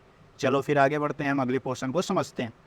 अब वही है, क्विक समरी देख लो जल्दी जल्दी। क्या है कि GP is defined by constant ratio. जो कांस्टेंट रेशियो होता है भाई उस पर जीपी डिफाइंड होता है। हमने देखा कि हाँ भाई बहुत कुछ इसी कांस्टेंट रेशियो के ऊपर डिपेंड करता है। और ये भी मैंने पढ़ के आया कि ए और R can not be zero, A और आर कभी जीरो नहीं हो सकते, ये भी हमने पढ़ा। फिर क्या पढ़ा मैंने में? फिर हमने ये पढ़ा sign of a and r determine if the GP is increasing और डिक्रीजिंग। तो sign of a and r determine if the GP is increasing और डिक्रीजिंग। बात सही है, एकदम बिल्कुल सही है। और दूसरा क्या कह रहा है, r is equal to 1 means constant GP. हमने ये बताया था कांस्टेंट जीपी कब होगा, जब उसका कॉमन रेशियो 1 आ जाए। बात यहाँ तक समझ में आया क्या? बात यहाँ तक समझ में आ गया। फिर चलते हैं आगे बढ़ते हैं। अब बात करते हैं जनरल टर्म का। जनरल टर्म क्या होता है उसकी बात को हम समझते हैं। चलो स्टार्ट करते हैं। जनरल टर्म ऑफ जीपी क्या होता है उसको देखते हैं। क्या एक नया पेज ले लेते हैं, एक नया पेज ले लेते हैं, वो बेहतर रहेगा, वहाँ समझाना, क्योंकि ये इसमें गलती ना हो। ये आपको प्रोवाइड करना होता है, टेलीग्राम चैनल ज्वाइन कर लीजिए, वहाँ पे इसके हम सारे जो थ्योरी पार्ट है, जो सजना बढ़िया थ्योरी लिखा जाए, इस थ्योरी पार्ट को हम टेलीग्राम चैनल पे प्रोवाइड कर देते हैं, वहाँ से ले लीजिएगा, जल्दी जल्दी रिवीजन करने में काम आता है। तो चलिए देखते हैं हमको क्या पढ़ना भाई, general term of A GP. General term of A GP कैसे होगा, क्या होगा, इस सब चीज़ को हम यहाँ बारी बारी से समझेंगे ऑफ ए जीपी। ठीक है, चलो देखते हैं क्या होगा भाई। हम अभी थोड़ी देर पहले देखें, अगर हम मान लेते हैं कि इसका फर्स्ट टर्म क्या है भाई, फर्स्ट टर्म हम मान लेते हैं इसका फर्स्ट टर्म ए है, सी आर मतलब कॉमन रेशियो इसका कितना है, आर है, एंड एक पोर्शन और देते हैं इसका एल जो है लास्ट टर्म है। क्या है? लास्ट टर्म इसका कितना है, एल है। यहाँ तक समझ में आया क्या? अगर फर्स्ट टर्म ए कह रहा है तो इसका सेकंड टर्म कितना होगा, क्योंकि कॉमन रेशियो आर दे रहा है, सेकंड टर्म कितना होगा, आर देगा कि नहीं, ए आर हो जाएगा। अगर सेकंड टर्म ए आर है तो थर्ड टर्म कितना हो जाएगा, ए आर स्क्वायर हो जाएगा। ए आर स्क्वायर में से एक बार और गुणा करोगे तो ए आर पावर 4 हो, ए आर क्यूब हो जाएगा, नहीं होगा। आर से और गुणा करोगे तो ए आर क्यूब होगा कि नहीं होगा, बिल्कुल होगा। इसी तरह हम आगे बढ़ते जाएंगे, आगे बढ़ते जाएंगे, आगे बढ़ते जाएंगे।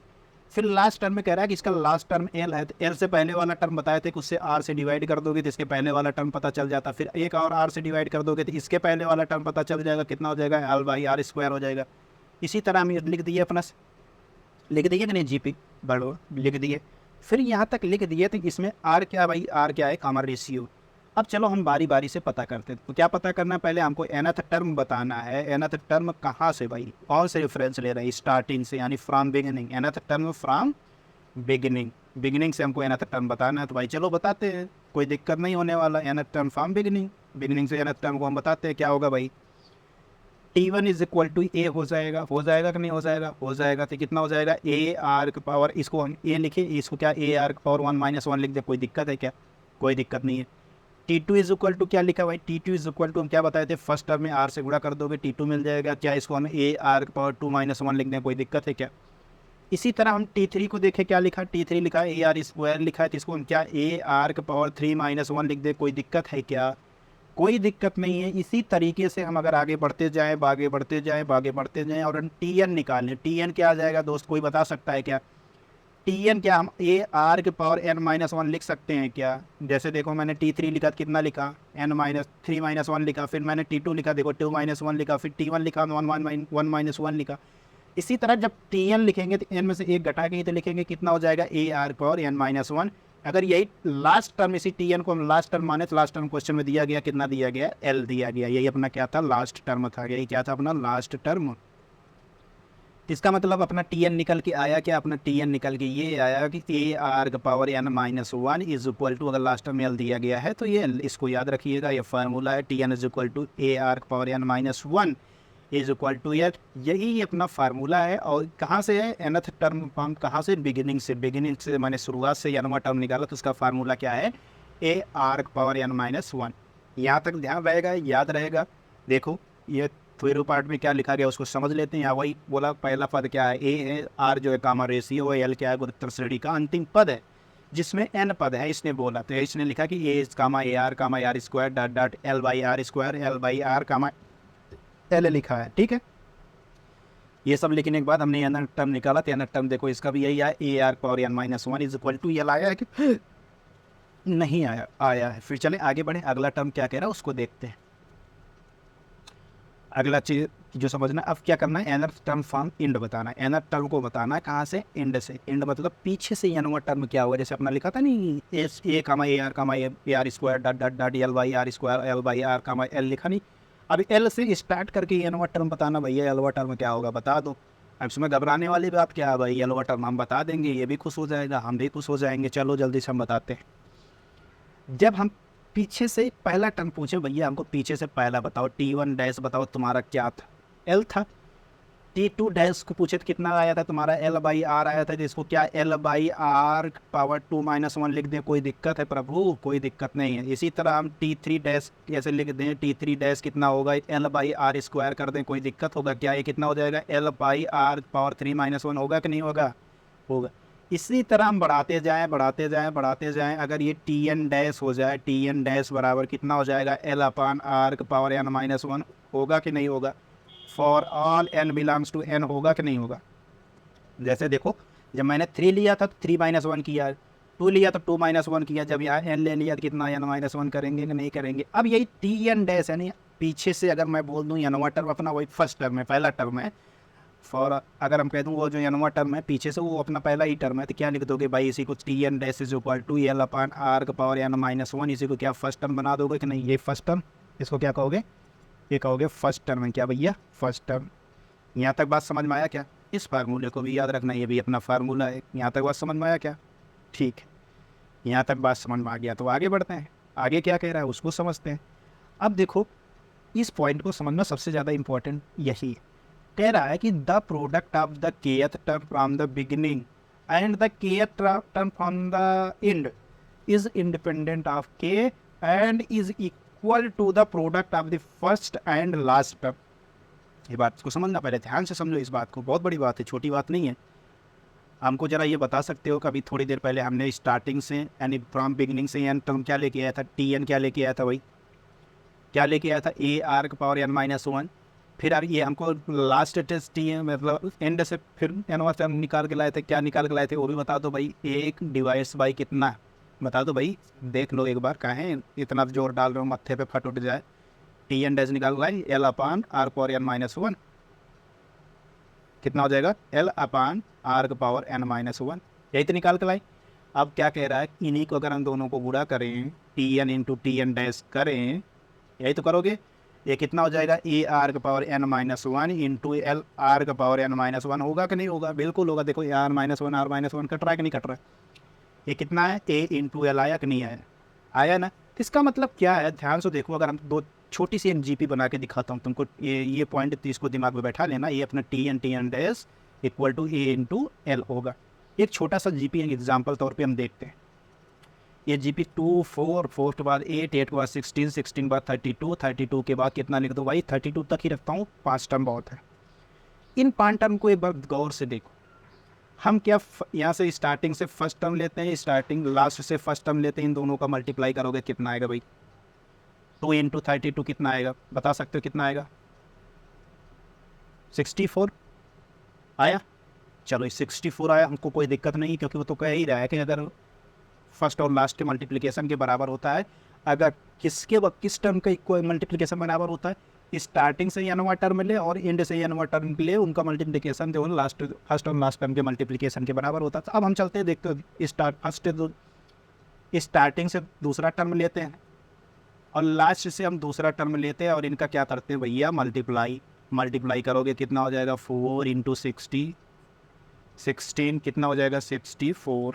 अब बताओ भाई ये 64 क्या ये 2 इंटू 32 के बराबर है कि नहीं है? देखो प्रूव कर दिए कि नहीं कर दिए। तो इसका मतलब क्या है, किसी भी जीपी में स्टार्टिंग से nवां पद और एंड से nवां पद का मल्टीप्लिकेशन वो फर्स्ट टर्म और लास्ट टर्म के मल्टीप्लिकेशन के बराबर होता है। इस बात को कंठस्थ करिएगा, दिमाग में बैठाए रखिएगा। न्यूमेरिकल में कहीं कहीं यूज हो जाता है, कहीं कहीं ये थ्योरी पार्ट में एज एन क्वेश्चन बना के दे दिया जाता है। यहाँ तक बात समझ में आ गया? इसका मतलब ये भी क्लियर हो गया, इसमें कहीं कोई डाउट तो नहीं है? कोई डाउट नहीं। चलो फिर आगे बढ़ते हैं। फिर आगे क्या कहा, बारीकी सब कुछ पढ़ेंगे यार, कोई चीज़ छोड़ने वाले नहीं है। तो चलो देखते हैं। अब कुछ प्रॉपर्टीज़ है उसको देखते हैं। nth term is also called the general term. ये देखना, जो जनवा टर्म होता है वही अपना कौन सा टर्म होता है, वही अपना जनरल टर्म होता है। तो कभी भी तुमसे n टर्म पूछे तो इसका मतलब जनरल टर्म ही पूछ रहा है। तो जनरल टर्म का फार्मूला Tn का क्या पढ़ के आए, AR⁻n-1 कहाँ से, फ्रॉम द बिगिनिंग, और फिर क्या पढ़ के आए AL/R⁻n-1 फ्रॉम द एंड। ये दोनों फार्मूला याद रखने रहना, कभी भी बोलना मत, कहीं बोलने लगना फिर एक बार दोहरा लेना। कुल मिला के ये दिमाग में बैठाए रखना, ठीक है। फिर कह रहा है कि if the last term of GP is l and common ratio is r then the terms are in here. अगर लास्ट टर्म दिया गया और कॉमन रेशियो आर दिया है, तुमसे क्या बताए थे, अगर उसके प्रीसीडिंग टर्म को पता करना हो तो क्या करते थे, डिवाइड करते थे। तो फिर एल रहेगा, अगर मान लो लास्ट टर्म एल है, फिर उसके पहले वाला टर्म आर से डिवाइड करोगे L/R, फिर उसके पहले वाला टर्म, फिर उसके पाना हो तो फिर आर से डिवाइड करोगे L/R², फिर उसके पहले वाला पाना हो तो L/R³ होगा कि नहीं होगा। हम जैसे क्या है कि एक जीपी है जिसका लास्ट टर्म एल, अब कह रहा हूँ कि ये इंड टर्म है, एल लास्ट टर्म है, तब लास्ट टर्म की उसके जस्ट पहले वाला टर्म निकालना हो तो किससे डिवाइड कर दोगे, L/R से कि नहीं।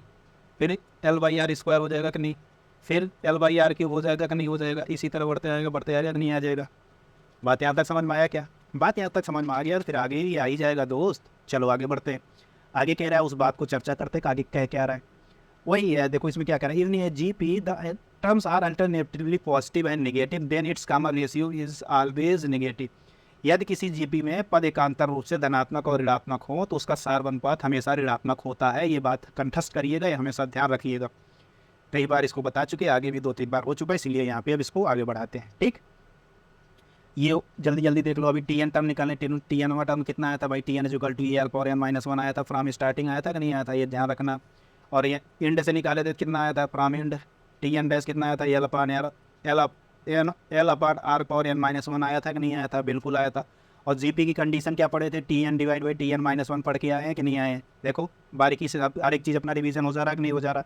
फिर ये प्रोडक्ट प्रॉपर्टी हमने क्या पढ़ा था भाई, हमने ये बताया था किसी भी जीपी में स्टार्टिंग से nवां पद और अंत से nवां पद का मल्टीप्लिकेशन जो होगा फर्स्ट और लास्ट टर्म के मल्टीप्लिकेशन के बराबर होगा। देखो ये भी हमने पढ़ लिया बढ़िया से, है ना।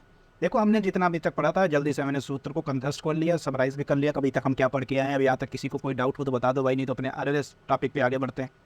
तो चले आगे बढ़े, चलो आगे बढ़ते हैं भाई, तुम्हारी बात हम मना नहीं कर सकते हैं ना। चलो अब देखो थोड़ा सा प्रॉपर्टीज़ देख देते हैं, जीपी की प्रॉपर्टीज़ क्या है। ये L/A का पावर है भाई, इसको ध्यान रखना। ये पावर है, क्या लिखा है, ये पावर है, ये पावर लगा है, ठीक है, गलत मत करना। L/A का पावर 1/n-1 है। कैसे आया जरा उसको गौर करिएगा। अभी थोड़ी देर पहले मैंने बताया कि Tn स्टार्टिंग से Tn बताओ, Tn टर्म बताओ फ्रॉम बिगिनिंग, कितना आया था, AR⁻n-1 आया था कि नहीं आया था, बिल्कुल यही आया था।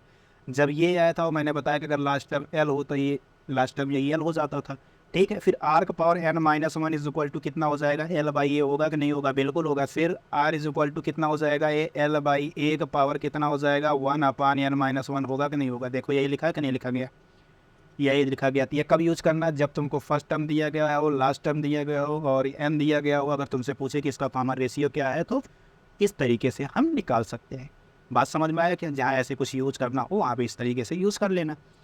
अब प्रोडक्ट ऑफ 3 टर्म्स अगर तुमको दिया 3 कॉन्जिक्यूटिव या 3 टर्म्स नहीं, ये 3 कॉन्जिक्यूटिव टर्म लिख लेना भाई, यहाँ बीच में कॉन्जिक्यूटिव भी डाल देना, कॉन्जिक्यूटिव टर्म्स, समझे क्या। लगातार 3 संख्या, ऐसे कोई 3 टर्म्स लगातार दिए गए हों उनकी बात कर रहा, ना कि ऐसे 3 टर्म्स, किसी को 3 टर्म उठा लोगे वो जीपी में होंगे, कोई ज़रूरी नहीं है, लगातार कंटिन्यूसली होना चाहिए, ठीक। अगर क्या कह रहा है कि ये जीपी में है तो ये होगा, ये आया कैसे, इसको ज़रा दौर से देखो। अगर कह रहा है कि Tn-1 Tn और Tn+1 अगर जीपी में है तो इसका मतलब क्या हुई है, Tn को Tn-1 से डिवाइड करेंगे, इसका जो कॉमन रेशियो आएगा Tn+1 में अगर हम Tn से जो डिवाइड करेंगे इनका कॉमन रेशियो आपस में बराबर होना चाहिए। होना नहीं चाहिए कि नहीं होना चाहिए, होना चाहिए। फिर क्या हुआ भैया, हमको दोनों बराबर मिल गया तो इसका तिरछा गुणा करेंगे, तिरछा गुणा करेंगे तो कितना हो जाएगा, टी एन स्क्वायर हो जाएगा, ये कितना हो जाएगा, टी एन प्लस वन हो जाएगा into t n minus one हो जाएगा कि नहीं हो जाएगा। देखो ये टर्म लिखा गया है कि नहीं लिखा गया, बिल्कुल लिखा गया है। तो ये कहीं मिल जाएगा तो इसको गलत करके आओगे, बिल्कुल मत गलत करना भाई, ये एकदम सही लिखा। इसी तरह कहीं ए बी सी, जैसे ए बी टर्म लिखा गया तो इसका मतलब क्या हुआ, इसी में समझ लो। इसका मतलब क्या हुआ कि ये बीच वाले का स्क्वायर जो अन्य दो के मल्टीप्लिकेशन के बराबर है कि नहीं बराबर है। इसी तरह का कह रहा है कि अगर ए बी सी अगर जीपी में है तो B square is equal to A C हो जाता है, इस बात को ध्यान रखना, ठीक है। चलो फिर आगे बढ़ते हैं हम। आगे क्या कह रहा है, क्वेश्चन कह रहा है, चलो क्वेश्चन को समझते हैं, क्वेश्चन को लगाते हैं। ध्यान से देखना, ये अभी जो पिछला जितना पीछे पड़े उसी को आधार मान के सारे क्वेश्चन हैं, एक भी क्वेश्चन नहीं गलत करेंगे, इससे दिमाग, ये क्वेश्चन लगाते ही दिमाग के धागे खुल जाएंगे। इतना हार्ड नहीं है, मतलब ऐसे ही क्वेश्चन पूछे जाते हैं, लेकिन अब ये है कि थोड़ा बहुत यह है कि एकदम ईजी नहीं दिया, ए की वैल्यू दिया है, आर की वैल्यू दिया है, एन की वैल्यू दिया है, तुमसे पूछ ले कि ये वाला टर्म बताओ, ऐसा क्वेश्चन नहीं दिया गया। ऐसा क्वेश्चन PYQ में लगवाएंगे जो पूछा गया है। यहाँ पे थोड़ा ठीक क्वेश्चन रखा हूँ जो कि आ सकता है, ऐसे क्वेश्चन आ रहे हैं इस समय काफ़ी क्वेश्चन ऐसे पूछे जा रहे हैं, तो घबराने वाली बात नहीं है, केवल बस देखो ध्यान से, बाकी हमारे ऊपर छोड़ दो, मैं देख लूँगा। क्या कह रहा है, first term is a, third term is b. First term कितना कह रहा है दोस्त, फर्स्ट टर्म कह रहा है ए है, और थर्ड टर्म क्या कह रहा है, बी है, एन एन प्लस वनथ टर्म कह रहा है सी।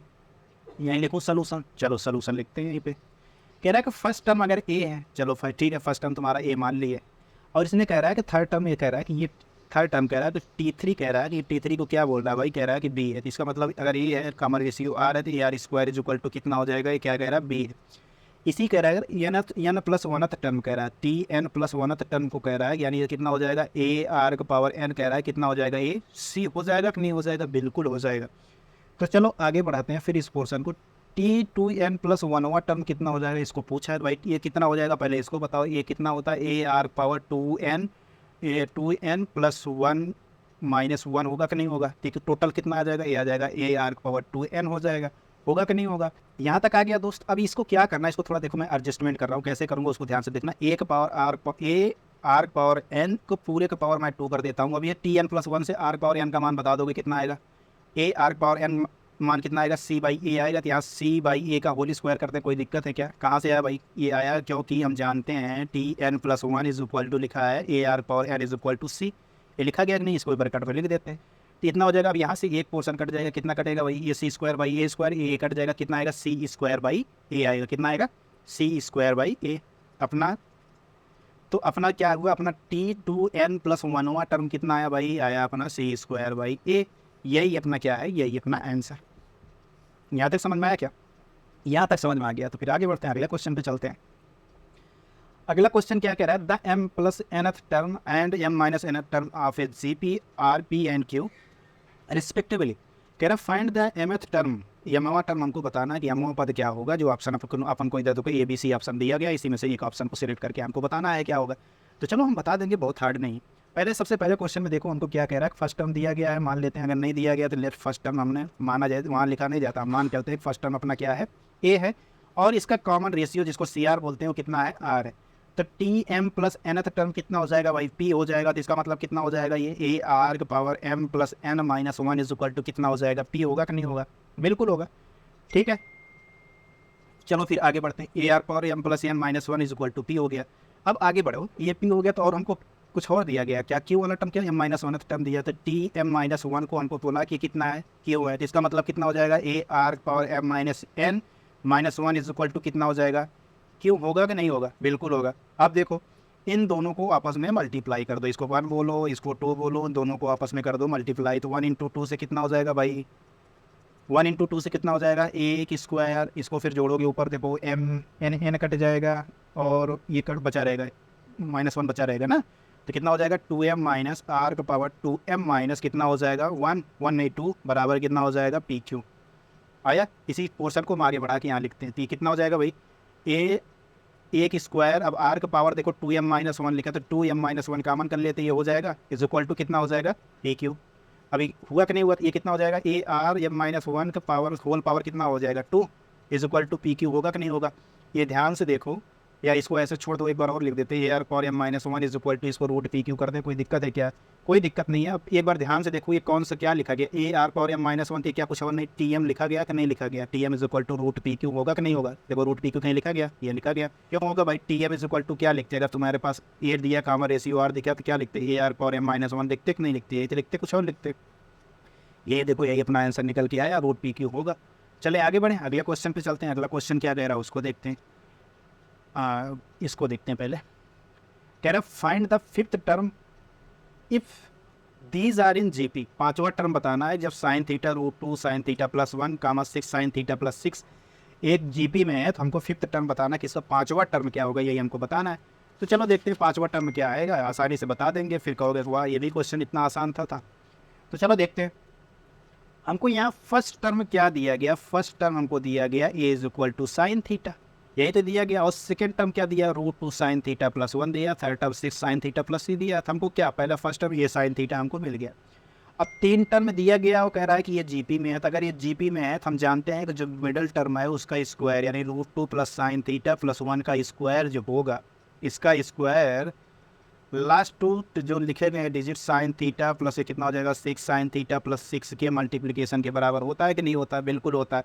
अगर इतना होता है फिर इसका स्क्वायर करो, कितना हो जाएगा? ये टू हो जाएगा, ये साइन थीटा प्लस वन का स्क्वायर हो जाएगा कि नहीं हो जाएगा? हो जाएगा। ये कितना हो जाएगा? सिक्स साइन स्क्वायर थीटा, ये प्लस कितना हो जाएगा? सिक्स साइन थीटा होगा कि नहीं होगा? बिल्कुल होगा। चलो फिर आगे बढ़ते हैं, इसको एक्सपेंड करते हैं। करो भाई, कैसे करोगे? इसको करोगे two sine square theta plus ये वन हो जाएगा, ये प्लस टू साइन थीटा हो जाएगा, होगा कि नहीं होगा? इसी तरह ये कितना हो जाएगा? सिक्स साइन स्क्वायर थीटा हो जाएगा प्लस सिक्स साइन थीटा हो जाएगा। यहाँ तक किसी को कोई डाउट हो या कोई दिक्कत हो, कुछ भी हो समस्या, भाई बता दो।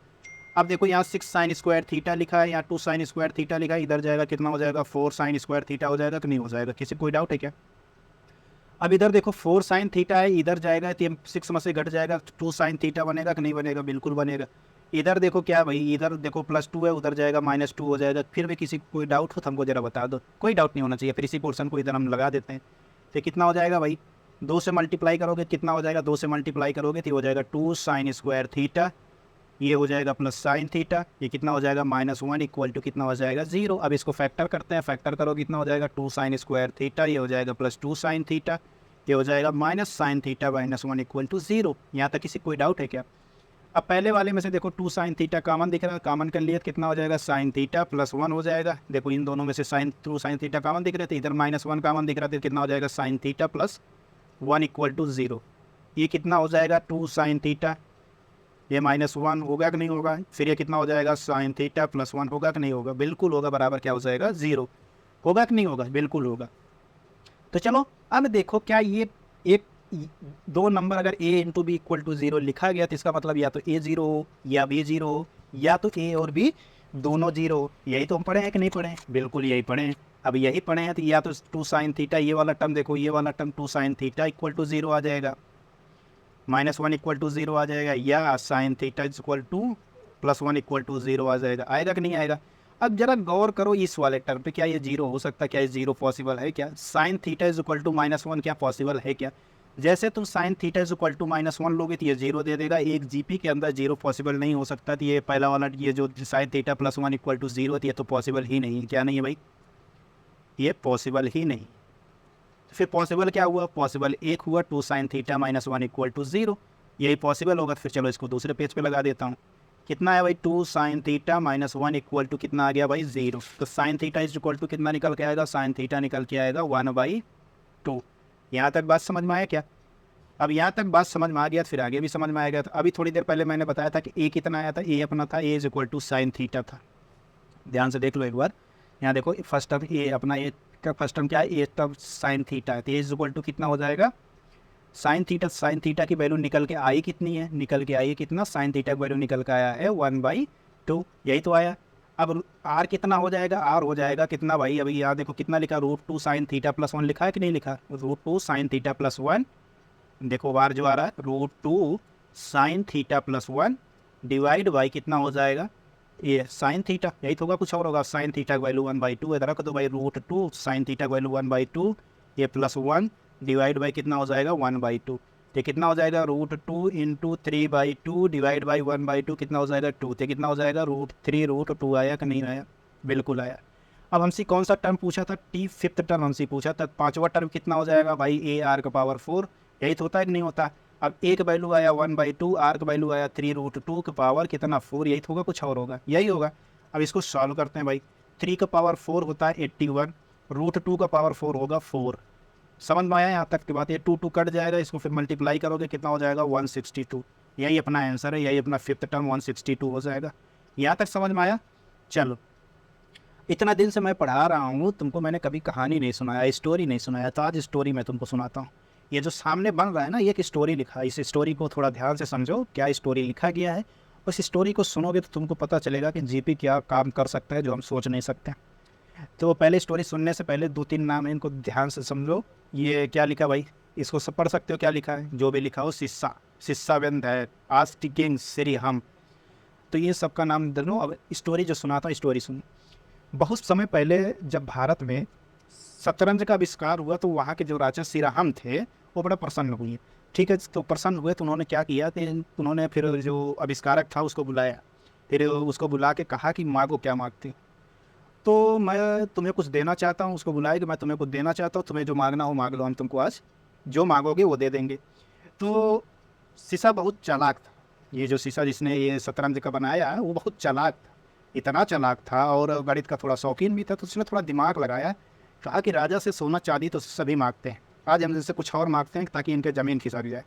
तो उसने क्या कहा, सोना चांदी ये हीरा जवाहरात मांगने से बेहतर उसने ये कहा कि आप हमको गेहूँ दे दीजिए या चावल दे दीजिए, ये सब दे दीजिए। तो राजा ने कहा कि ठीक है भाई, मांगो, क्या कितना मांगना चाहते हो। तो उसने कहा कि जो ये स्क्वायर्स दिख रहे हैं, जैसे ये शतरंज जैसे होता है ना, शतरंज जैसे बने रहते हैं, ऐसे 8 इधर होता है 8 नीचे होता है, टोटल 64 कॉलम्स, मतलब 64 स्क्वायर बॉक्स होते हैं कि नहीं होते।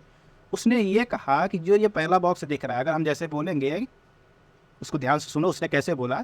उसने ये बोला, भाई कलर आजा भाई, अरे आजा भाई आजा। उसने ये बोला कि ये जो पहला है, पहला स्क्वायर है, अगर इसमें हम 17, उसने कहा कि 1 ग्रेन चावल रखो यहाँ पे। इसने 1 ग्रेन, उस समय 1 ग्रेन कोई पैमाना रहा होगा, 1 ग्रेन 15 ग्रेन बराबर ऐसे कुछ होता, 15 ग्रेन बराबर शायद 1 ग्रेन, 15 ग्रेन बराबर 1 ग्राम होता है, ऐसा कुछ होता है, जो भी हो। तो उसने कहा कि उस समय के पैमाने के हिसाब से कहा कि जो पहला स्क्वायर है उसमें 1 ग्रेन चावल रखना। तो राजा बड़ा कहा कि अरे, तो राजा थोड़ा सोच रहा है कि ये क्या मांग रहा है। तो कहा कि जैसे ही अगला स्क्वायर पे पहुंचना, इसके दूसरे खाने में जब भरना, तो कहा कि इसका डबल भरना। इसका डबल भरने का मतलब है कि यहाँ भरना, तो यहाँ कितना भरना भाई, 2 ग्रेन चावल भरना। अगर आज की डेट में बोरा कह दे, कि अगर पहले अगर आज के डेट में मापता होता तो कहता बोरा, कहता कि जो पहला स्क्वायर है यहाँ पे 1 बोरा देना, फिर दूसरा स्क्वायर है 2 बोरे, फिर इसी तरह तीसरे स्क्वायर पे पहुँचना तो भैया यहाँ 3 बोरे रख देना। ठीक है, फिर 3 बोरे नहीं, उसका पिछले वाले का डबल, पिछले वाले का डबल कितना हो जाएगा भाई, पिछला वाला कितना रखा था 2, पिछले का डबल कितना हो जाएगा 4, इतना रख देना। फिर उसने कहा कि जब इसके बाद वाला, जैसे इसके फिर इसके अगला, अगर तुमको अगले स्क्वायर पे जाना, फिर इसका डबल 8 ग्रेन, इसका डबल किसका, इसके चौथे वाले से डबल। इसी तरह तुम बढ़ते जाना, फिर ऐसे कहा कि अगर इसके आगे का भरना तो फिर इसके डबल। कुल मिला के जितना भर रहे हो, जितना जो स्क्वायर बॉक्स में पहुंचे हो, उसके पिछले का डबल हमको दे दो। इसका मतलब क्या है कि ओवरऑल क्या हुआ कि हर खाने में जितने जितने खाने बने हैं उसके पिछले का दुगना हमको भरना है कि नहीं भरना है। ठीक है, अब यहाँ तक बात समझ में आ गया हो तो एक बार 64वें पे चलो। 64 वाला खाना जो है उस पर पहुँचते हैं। 64 वाला खाना क्या है, ये रहा ना। अब इसमें कितने होंगे इस बात को हम समझते हैं। अब उसने देखो चालाकी उसकी, तो देखो पहले उसने कहा कि अगर पहले में भरना 1 भरना, दूसरे में भरना तो 2, फिर इसके तीसरे वाले में 4, फिर चौथे वाले में भरोगे तो इसका डबल 8, फिर 5वें में भरोगे तो इसका डबल 16, ऐसे भरते जाओगे। जब 64 पे पहुंचोगे, 64 के मतलब क्या होगा, T64 या टर्म क्या होगा ये पूछा कि अगर ये मान लो यहाँ 64 या टर्म अगर हमें भरना हो तो इसके कितने टर्म आएंगे, अगर हमको पता करना पड़े तो कैसे करोगे भाई बताओ। तो पीछे जितना लिखा है इसका डबल होना चाहिए, इसका क्या होना चाहिए, डबल। तो इसका डबल ना पता करके हम ये जानते हैं कि हमको फर्स्ट टर्म 1 दिया गया है, कॉमन रेशियो देखो 2 बन रहा है, और नंबर ऑफ टर्म्स देखो जो कौन सा टर्म है, किस टर्म बता रहा है, 64 - 1 कर सकते हैं, यानी 2 की पावर 63 बोरे यहाँ पे रखना है। अब भैया ये राजा के जो मंत्री थे, संतरी थे, उसमें तो कोई तो था, पहले तो उस मंत्री संतरी के बाद पहुंचने से पहले तो राजा उसका मजाक उड़ाया, अबे क्या बात कर रहा है, राजा के दरबार में खड़े होकर भिखारी वाला काम कर रहा है। तो फिर वो राजा हंसा, थोड़ा देर हंसा कि अरे ये क्या मांग रहा है, ये क्या मांग रहा है, तुम मामूली सी चीज़ मांग रहे हो, ये तो हम यूँ दे देते थे, ले जाओ तुम। फिर लेकिन उसके जो मंत्री, राजा पढ़ा लिखा थोड़ी ना होता है, वो तो उत्तराधिकारी में बना रहा होगा, लेकिन उसके मंत्री वगैरह थोड़ा पढ़े लिखे होते हैं, तो उसके मंत्री संतरी जो थे सब गणतक गुणतक जो वहाँ तो बैठे थे दरबारी में, उसने कलम कापी उठाया, अपना लेखा पत्रा लेखा खोला, उसमें देखना चालू किया। फिर उन्होंने राजा के कान में जाके मामूली से बोला, भैया राजा, हम ही अपने साम्राज्य का ही नहीं, इर्द गिर्द या विश्व के जितने साम्राज्य हैं उनका भी उस समय जितना आसान राशन होता था, उनका भी गेहूँ मंगवा लेंगे, जितना मांग लिया दे नहीं पाएंगे। फिर राजा भड़का, कहा अरे ये कैसे मांग लिया भाई, इतना कैसे, ही इसका दिमाग कैसे काम कर गया। तो फिर यही खेला किसका था, यही खेला था जीपी का। तो उसने कैसा हुआ जीपी का, तो उसने सम कैसे किया गया भाई, पहले 1 किया, फिर 2 बोरा रखा होगा, फिर 2 4 रखा होगा, तो 4 को क्या 2 की स्क्वायर कर दे, कोई दिक्कत है। इसी तरह वो रखता गया 64 में कितना रखा होगा, 2 और 63 बोरा रखा होगा। आज के डेट में अगर बोरे के हिसाब से जोड़ें तो इतना बोरा रखा रहा होगा कि नहीं रखा रहा होगा ना। अब इसका सम करना हो, अब इतना सम करोगे तो इतना बोरा उसको देना है। सर राजा बोला, भाई इतना तो पूरे ब्रह्मांड में गेहूँ चावल नहीं हुआ, तो तुमको कैसे दे देंगे। चालाकी खेल गया, हम तुम क्या होते, हम भी होते, तुम भी होते, लोभी आदमी हीरा जवाहरात सोना ही मांगते हैं। वो क्या मांगा देख लो, ठीक है। उसको क्यों मांगा भाई, क्योंकि उसके पास दिमाग था। दिमाग क्या था, दिमाग होने के साथ साथ उसको जीपी का नॉलेज था। तो अब देखो इसको सम को भी कैसे निकालते हैं बाद में बताते हैं। फिर क्या हुआ, 2 इंटू एस कर दो, 2 इंटू एस करोगे तो यहाँ से इसमें जो लिखे हो एस लिखो, इसी में 2 से मल्टीप्लाई कर लो, तो ये 1 से स्टार्ट करोगे कितना आएगा 2, यहाँ से स्टार्ट करना 2, फिर इसमें करे 2 आया तो 2 यहाँ लिख दिए, फिर इसमें करोगे 2 की स्क्वायर आएगा, 2 की स्क्वायर यहाँ लिख दिए। इसी तरह लिखते जाओगे जहाँ 2 पावर 63 है तो यहाँ 2 पावर 63 भी तो आएगा। फिर एक टर्म होगा रहेगा 2 पावर 64 आएगा कि नहीं आएगा, जब 2 ला के 63 में गुणा करोगे। फिर इस वाले में से इसको घटा दो, इस वाले को इसमें से घटा दोगे तो कितना आ जाएगा, एस आ जाएगा। एस आएगा कितना, 2 की पावर 64 में से 1 घटा दो। लो जी, अब उसको कितना बोरा गेहूँ देना है, 2 की पावर 64 माइनस 1 बोरा गेहूँ देना है, जो कि बुक में इसका जाकर देखोगे, बुक में इसका जो रिजल्ट लिखा गया कितने, अगर बोरे के हिसाब से सोचे तो इसका रिजल्ट कितना आएगा पता है। इसका आया था 18 446 744 073 709 और ये 551 615। बताओ, केवल उसका थोड़ा मैथ ठीक होने की वजह से राजा से उसने क्या मांग लिया, देख लो। तो ये सारे कर्तव्य क्या है, उस शतरंज के मास्टर के हिसाब से तो ठीक ही है, लेकिन उसको सबसे ज़्यादा ज़रूरी क्या था, उसको ज़्यादा ज़रूरी ये था कि उसको जीपी का नॉलेज था। अगर उसको जीपी का नॉलेज था तभी उसने इस कदर मांगा, बाकी वो मांगता नहीं। बात समझ में आया क्या। इसका मतलब क्या है कि जीपी स्टार्टिंग में बड़ा छोटा छोटा सा लगता है, बहुत छोटा सा स्टार्ट हुआ है, लेकिन एट द एंड जब वो पहुंचता है वो इतनी वास्ट हो जाता है, इतना बड़ा हो जाता है कि वो अपने सोच से थोड़ा बाहर निकल जाता है। यही राजा को दिमाग में नहीं आया। राजा तो बोल दिए ठीक है दे देंगे, उतना गेहूँ नहीं है तो दें, भरी ज़िंदगी पूरी लगान भरते रहे, है ना। अब इसी टर्म को जो यहाँ लिखा गया, अब इसी टर्म को हम समझते हैं जीपी में। तो जीपी में एक बात समझ में आया कि स्टार्टिंग में अगर जितना कम है तो ये भरोसा रखिए अंत में उतना ज़्यादा होने वाला है, ठीक है। ये शतरंज का खेल समझ में आया, कैसे चला कैसे नहीं चला, ठीक है। और वो चतुर जो अपना है शिष्या, उसका चतुराई क्या था, उसका चतुराई ये नहीं था कि उसने मतलब क्या होता है कान में कुछ फूंक के मारा है, नहीं, उसका चतुराई ये था कि उसको मैथ की जानकारी थी, वो लीजेंड था मैथ में, ठीक है। चलो तो तुम भी लीजेंड बनो कि ताकि मैथ से काफ़ी कुछ सीख सको, मैथ से काफ़ी जगह पैसे हड़प सको। ऐसा नहीं है चोरी करना ही ज़रूरी है ना मजाक कर रहा हूँ भाई, चोरी करने मत न जाना, इस समय पुलिस बहुत मार रही है। चलो आगे बढ़ते हैं। तो अब जो कैलकुलेशन निकाल के लाया था 2 पावर 64 माइनस 1, ये तो फिर बाद में राजा को रियलाइज़ हुआ ये नहीं, ये मूर्ख नहीं था, इतना तो मूर्ख हमको बना दिया। तो इतना था, इसका वैल्यू भी मैंने लिख दिया, क्या वैल्यू था। अब चलो लिखते हैं कि एक्चुअल में अब सम हम कैसे करके निकालते हैं जीपी के लिए, उस बात को समझते हैं। ये सब तो फार्मूला डायरेक्ट लिखा, लेकिन कैसे आया हम उस पार्ट को भी बताएंगे, फार्मूला कैसे आया। तो इसलिए पहले ध्यान से समझो हम क्या बता रहे हैं।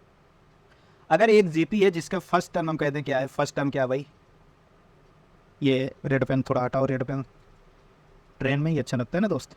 और यहाँ पे थोड़ा अच्छा कलर ढूंढते हैं, इस कलर को उठाते हैं, येलो कलर को या इस कलर को उठा लो, लेकिन कोई अच्छा कलर उठाओ बस, अब रेड मत उठाओ।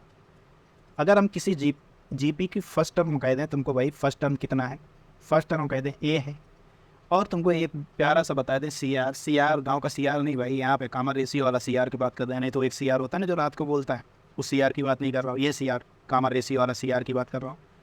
एल जो है भाई, एल क्या है, लास्ट टर्म है, क्या है लास्ट टर्म कितना है, एल है। अब तुमको अगर कह दिया जाए एस एन लिखने, टर्म्स लिखने को लिख ले जाओगे, कैसे लिखोगे भाई, ए प्लस ए आर स्क्वायर ऐसे लिखते चले जाओगे कि नहीं लिख पाओगे? कहाँ तक लिखोगे? यहाँ तक L Y R square L Y R plus L लिखोगे कि नहीं लिखोगे? लिख ले जाओगे। फिर कॉमन रेशियो आर से एक बार मल्टीप्लाई करो तो आर एस एन कर दोगे, कुछ नहीं कर दोगे। फिर क्या करना था, इसमें मल्टीप्लाई करोगे तो ए आर आएगा, तो ए आर को ए आर के नीचे हम लिख देंगे ए आर। फिर इसमें मल्टीप्लाई करोगे तो ए आर स्क्वायर आएगा, तो ए आर स्क्वायर के नीचे लिख देंगे। इसी तरह करते जाएंगे करते जाएंगे करते जाएंगे करते जाएंगे, बिल्कुल करते जाना। फिर जहाँ एल बाई आर स्क्वायर आया है, एल बाई आर स्क्वायर के आगे वाला टर्म लिख देते हैं एल बाई आर स्क्वायर। जहाँ एल बाई आर आया, यहाँ एल बाई आर आएगा कि नहीं आएगा? यहाँ एल आएगा कि नहीं आएगा? यहाँ क्या आएगा, एक टर्म और आएगा, जब इसमें गुणा करोगे तो एल बाई एल आर आएगा कि नहीं आएगा? जब इसमें गुणा आएगा अंतिम में एल आर आएगा कि नहीं आएगा? बस अपना काम यही खत्म होने वाला है। देखो अब इसको क्या करना है, अब एस एन में से इसको टर्म को घटा दो, S N minus R S N को घटाएंगे, कितना आएगा भाई? ये पोर्सन ये कटता जाएगा कटता जाएगा कटता जाएगा, कितना आ जाएगा? ए माइनस एल आर आएगा कि नहीं आएगा? बिल्कुल आएगा। S N is equal to कितना हो जाएगा? 1 माइनस आर, ये कितना हो जाएगा? ए माइनस एल आर आएगा कि नहीं आएगा? तो S N is equal to कितना आ गया? S N is equal to आया A minus L R divide by 1 minus R. आया कि नहीं आया दोस्त? देखो ये आया ए 1 माइनस, अभी नहीं आया, ऐसा नहीं लिखा फार्मूला क्या? ये भी याद रखना। अगर तुमको लास्ट टर्म दिया गया है, फर्स्ट टर्म दिया रहा है, कॉमन रेशियो दिया रहा है, तो इसका सम ऑफ टर्म निकालोगे कितना आ जाएगा? A minus L R divide by 1 minus R. ठीक है, A minus L R divide by 1 minus R, ये भूलना मत, ये भी एक फार्मूला ही है। ये कब के लिए है? जब अपना कॉमन रेशियो आर जो है, अपना कॉमन रेशियो आर जो है, आर लेस दैन क्या है? 1 है। बात यहाँ तक समझ में आया क्या? जब बात यहाँ तक समझ में आ गया तो आगे भी आ ही जाएगा। जब आर ग्रेटर देन 1 हो, अगर मान लो इफ़ आर ग्रेटर देन 1 हो, अपना आर जो है ग्रेटर देन 1 हो, तब क्या होगा भाई? उस बात को समझते हैं। अपना आर अगर ग्रेटर देन 1 है तो उस कंडीशन में क्या लिखेंगे उसको देखते हैं भाई। तो अपना एस एन क्या हो जाता है? अपना एस एन हो जाता है L R minus A divide by R minus 1। जब कब होता है? जब आर ग्रेटर देन 1 होता है। इसको भी याद रखो भाई, काम आने वाला सब। ठीक है, अभी लेकिन तुम कहोगे हम तो ये तो पढ़ के आए ही नहीं थे, हम तो कुछ और पढ़ के आए थे। जो तुम पढ़ के आए थे उसको भी निकाल के लाता हूँ ना भाई, काहे परेशान हो रहे थे? ये इसको भाई सही करो, क्यों? बस यहाँ तक समझ में आया, इसको भी ध्यान रखना। अब क्योंकि तुम यल नहीं देखे थे अपने फार्मूले में, यल नहीं देखे थे, तो यल का फार्मूला हम ऑलरेडी पढ़ के आए हैं ना। क्या यल अपना टी ना टर्म होता है, क्या होता है भाई?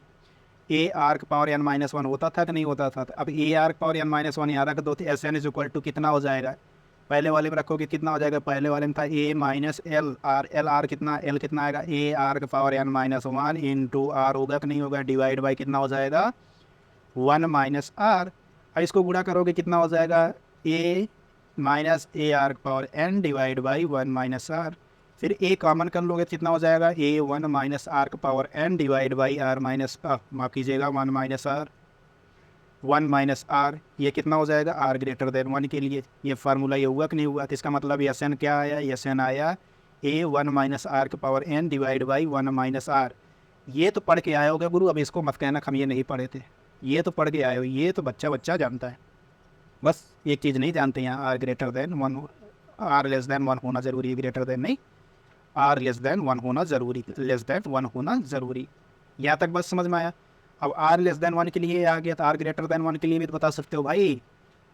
आर ग्रेटर देन 1 के लिए क्या होगा? बस आर पावर एन को पहले लिख दो, R power N minus 1 divide by R minus 1। ये किसके लिए भाई? आर ग्रेटर देन 1 के लिए। लॉजिक, ये भी फार्मूला अपना रेडी है। रेडी है कि नहीं रेडी है? इसका मतलब क्या हुआ है कि यही फार्मूला देखो, यहाँ जो अपना स्लाइड्स लिखे इसी स्लाइड में यही फार्मूले लिखे गए हैं, देखो ध्यान से। स्लाइड यही है कि S N is equal to A 1 minus R power N divide by 1 minus R, R less than 1 है कि नहीं है? इसी तरह एस एन क्या है? A R power N minus 1 divide by R minus 1। ये कब? जब आर ग्रेटर देन 1। दोनों फार्मूले लिखें तो भूलना मत, ये भी याद रखना।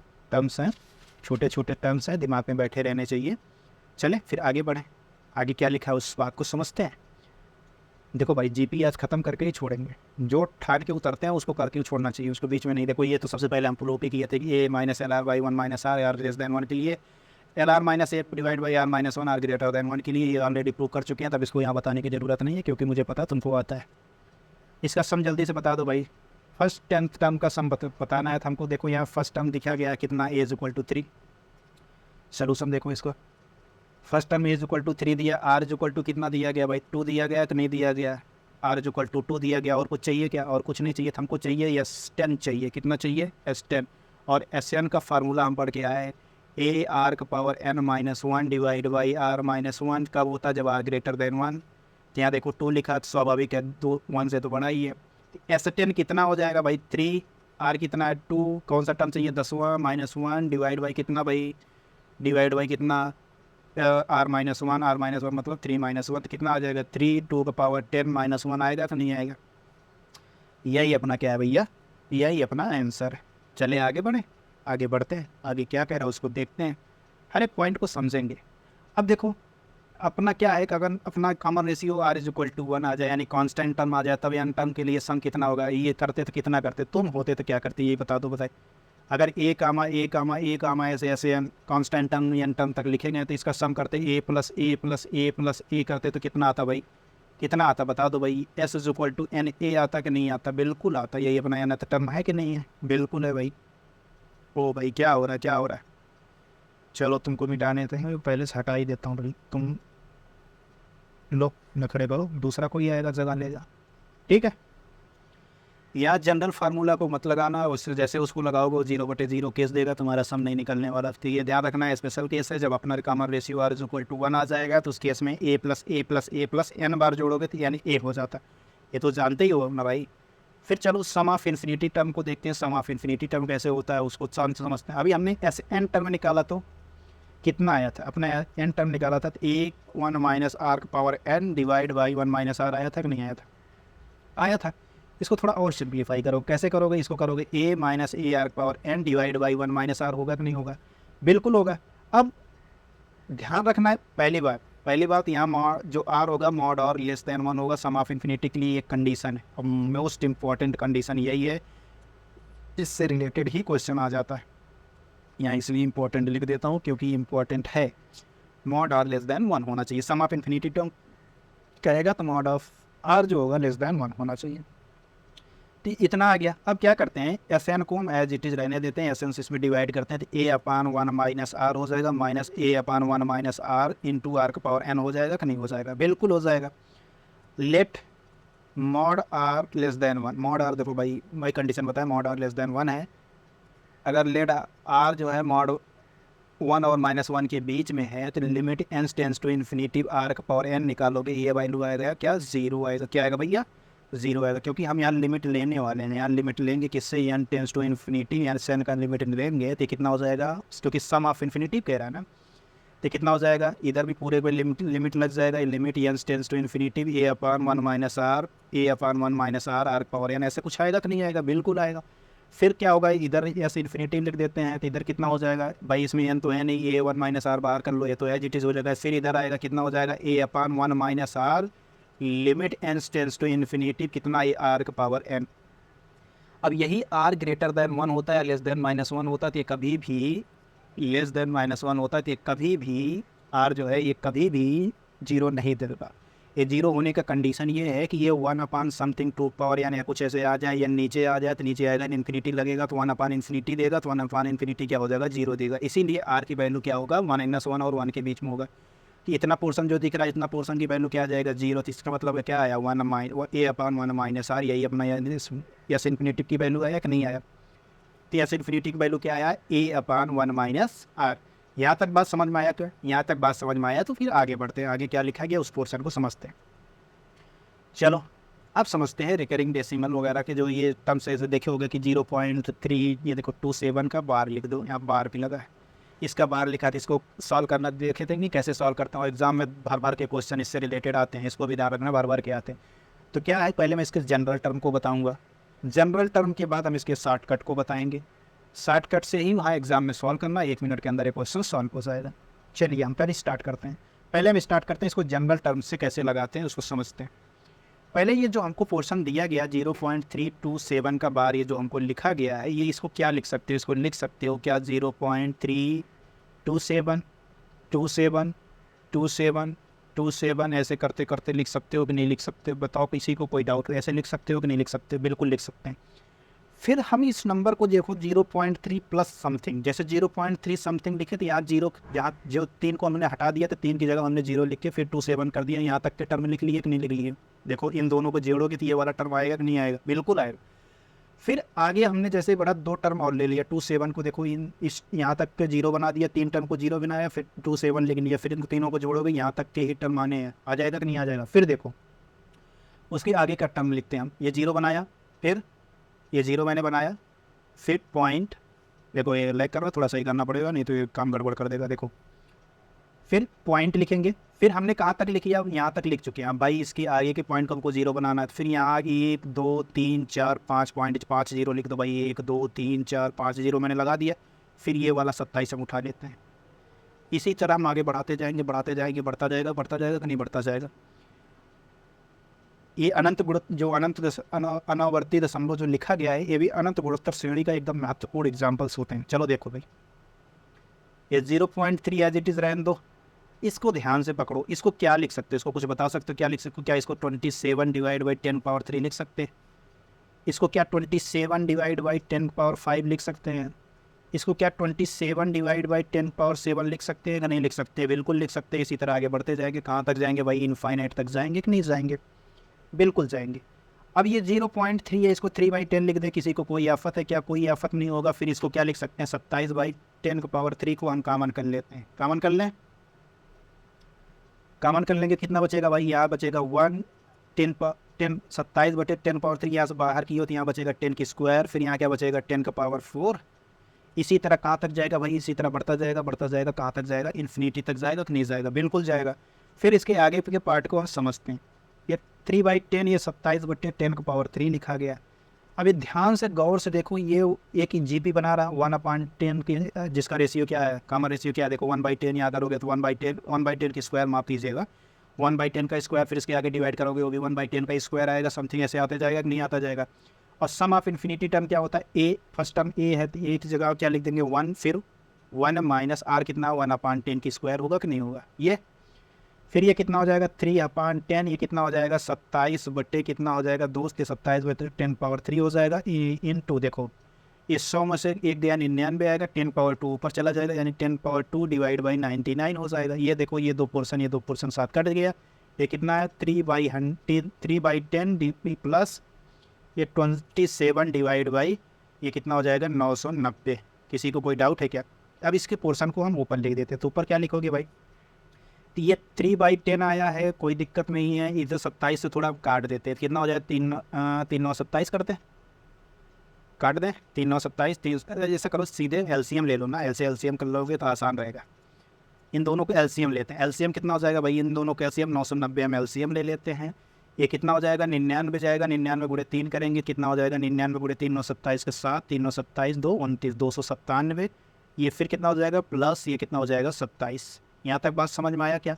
इसको सॉल्व करेंगे, इसको सॉल्व करेंगे, कितना हो जाएगा भाई? 27 324 डिवाइड बाई 990। यही अपना आंसर है। ये तो हुआ जनरल तरीके से सॉल्व करना, जो 9th क्लास का पोर्शन है, 9th क्लास में हम पढ़ के आए थे। अब यहाँ इतना बड़ा क्वेश्चन है, इस तरीके से सॉल्व करेंगे तब तो भाई अपना टाइम तो वो बीता। उसी को समझने के लिए एक शॉर्टकट है। शॉर्टकट को पहले समझते हैं। देखो शॉर्टकट भी लिखा होगा थ्योरी पार्ट में, तो शॉर्टकट को पहले समझते हैं। तो अगर हमको कहीं ऐसे लिखा गया R = 0.P क्यों ऐसे क्यों बढ़ता जा रहा है, तो इसका मतलब यहाँ रिकरिंग क्या है भाई? क्यों वाला है कि नहीं है? तो ये जो P लिखा गया है कि ये P जिस पर जो रिकर नहीं कर रहा है, नॉन रिकरिंग पार्ट कितना पार्ट है, उस P को स्मॉल p से रिप्रेजेंट करते हैं। जैसे एक एग्जांपल देखो 0.3225 का, यहाँ देखो रिकरिंग वाले पार्ट में बार लगा दिया। ये P क्या है? नॉन रिकरिंग पार्ट है। नॉन रिकरिंग पार्ट मतलब ये 32 जो है ये अपना नॉन रिकरिंग पार्ट है, इसको स्मॉल p से कहेंगे। स्मॉल p में कितना लिखा गया है? 2 लिखा गया। अब यहाँ जो Q है और Q वाला पोर्शन लिखा गया है रिकरिंग पार्ट है। रिकरिंग पार्ट यानी कितने नंबर रिकर कर रहे हैं, तो यहाँ देखो कितने नंबर रिकर कर रहा है कि 2 नंबर रिकर कर रहा है, तो यहाँ भी कितना हो जाएगा? 2 हो जाएगा। अगर ऐसा लिखा गया है तब इसको रेशनल में बदलना हो तो R जो होता है, ऊपर जितने नंबर लिखे गए हैं, अब R क्या है? PQ, तो 32 25 PQ कितना टोटल मिला के 32 25। ये देखो ये पूरा P है, ये टोटल कितना है, जिसमें एक बार जितना बार लगा वो Q है, तो कितना लिखा भाई? दोनों मिला के 32 25 लिखा है, माइनस पी कितना है 32 डिवाइड बाई कितना 10 का पावर पी प्लस क्यू मतलब भैया 2 + 2 यानी 4, माइनस ये 10 का पावर पी लिखा है, 10 पावर पी मतलब 10 पावर 2। इसको घटाओगे, घटा दो भाई, कितना आएगा भाई, घटा के दिखाओ जल्दी से। ये घटेगा कितना आ जाएगा, 5 में से 2 गया 3 आएगा, 12 और उसके बाद 12 में से 3 गया 9 आएगा। ये कितना बचेगा 3193 बटे कितना 10 का पावर 4 नहीं ये माइनस ये कितना 100 घटा दोगे कितना आ जाएगा भाई, ये 3193 डिवाइड बाई ये 9900 आएगा कि नहीं आएगा, बिल्कुल आएगा। यहाँ तक किसी को कोई डाउट हो, कुछ भी हो जल्दी से पूछ लो भाई, किसी को कोई डाउट है क्या? कोई डाउट नहीं है। तो ये जो फार्मूला R = आया P Q minus P divide by 10 power P plus Q minus 10 power P, ये अब भूलने वाली बात है? कहीं भूल जाओगे क्या? हमको लगता है तुम भूल जाओगे, इसीलिए हम सोच रहे हैं 2 4 6 एग्जाम्पल और करा देते हैं। चलो पहला एग्जाम्पल, एक एग्जाम्पल और बताओ। अगर कहीं एग्जाम्पल ये पहला ही जो लिखा था इसको अभी बताए नहीं, ये 0.327 इसी एग्जाम्पल जो अभी दिया था इसी को बता दो भाई। क्या करना है अभी इसका, ये अभी तो शॉर्टकट बताया, अब इसका अभी इसका महा शॉर्टकट बताएंगे। ये तो शॉर्टकट है, ये शॉर्टकट चल रहा है। देखो इसको क्या करोगे, इसमें बताओ स्मॉल पी कितना है, स्मॉल पी कितना है, स्मॉल पी 1 है, कैपिटल स्मॉल क्यू कितना है, स्मॉल क्यू कितना है 2 है। तो कैपिटल R = कितना लिखोगे 327 माइनस 3 डिवाइड बाई कितना 10 पावर पी प्लस क्यू कितना हो जाएगा 3 माइनस कितना, फिर कितना हो जाएगा 10 पावर 1, यही तो होगा, कुछ और होगा। फिर ये कितना हो जाएगा 324 डिवाइड बाई 100 में से 10 गया 990, ये 1000 होगा ना, 1000 में से 10 गया 990 आ गया ना भाई। अभी नहीं आया, चलो एक एग्जांपल और दिखा देता हूँ। अगर तुमको कह दूँ R = कितना लिखा 0.5827 SS27 पे कॉन्जुगेट लगा दिया, ये लगाया। अब चलो इसको निकालना हो तो कैसे निकालोगे भाई, यहाँ स्मॉल पी कितना लिखा है, स्मॉल पी लिखा है 2, स्मॉल क्यू लिखा है कितना, स्मॉल क्यू लिखा है कितना 2। अब भैया R निकालना हो तो कैसे निकालोगे, 58 27 minus 58 divide by 10 power 2 minus कितना 10 पावर 4 माइनस 10 पावर 2, क्योंकि ये पी प्लस क्यू होता है ना, 10 पावर 4 माइनस 10 पावर 2। इसको घटाओगे कितना हो जाएगा, ये घटाओगे 57 और 27 में से 58 गया 57 69, ये कितना हो जाएगा भाई 9900। लो जी ये भी लगा दिए।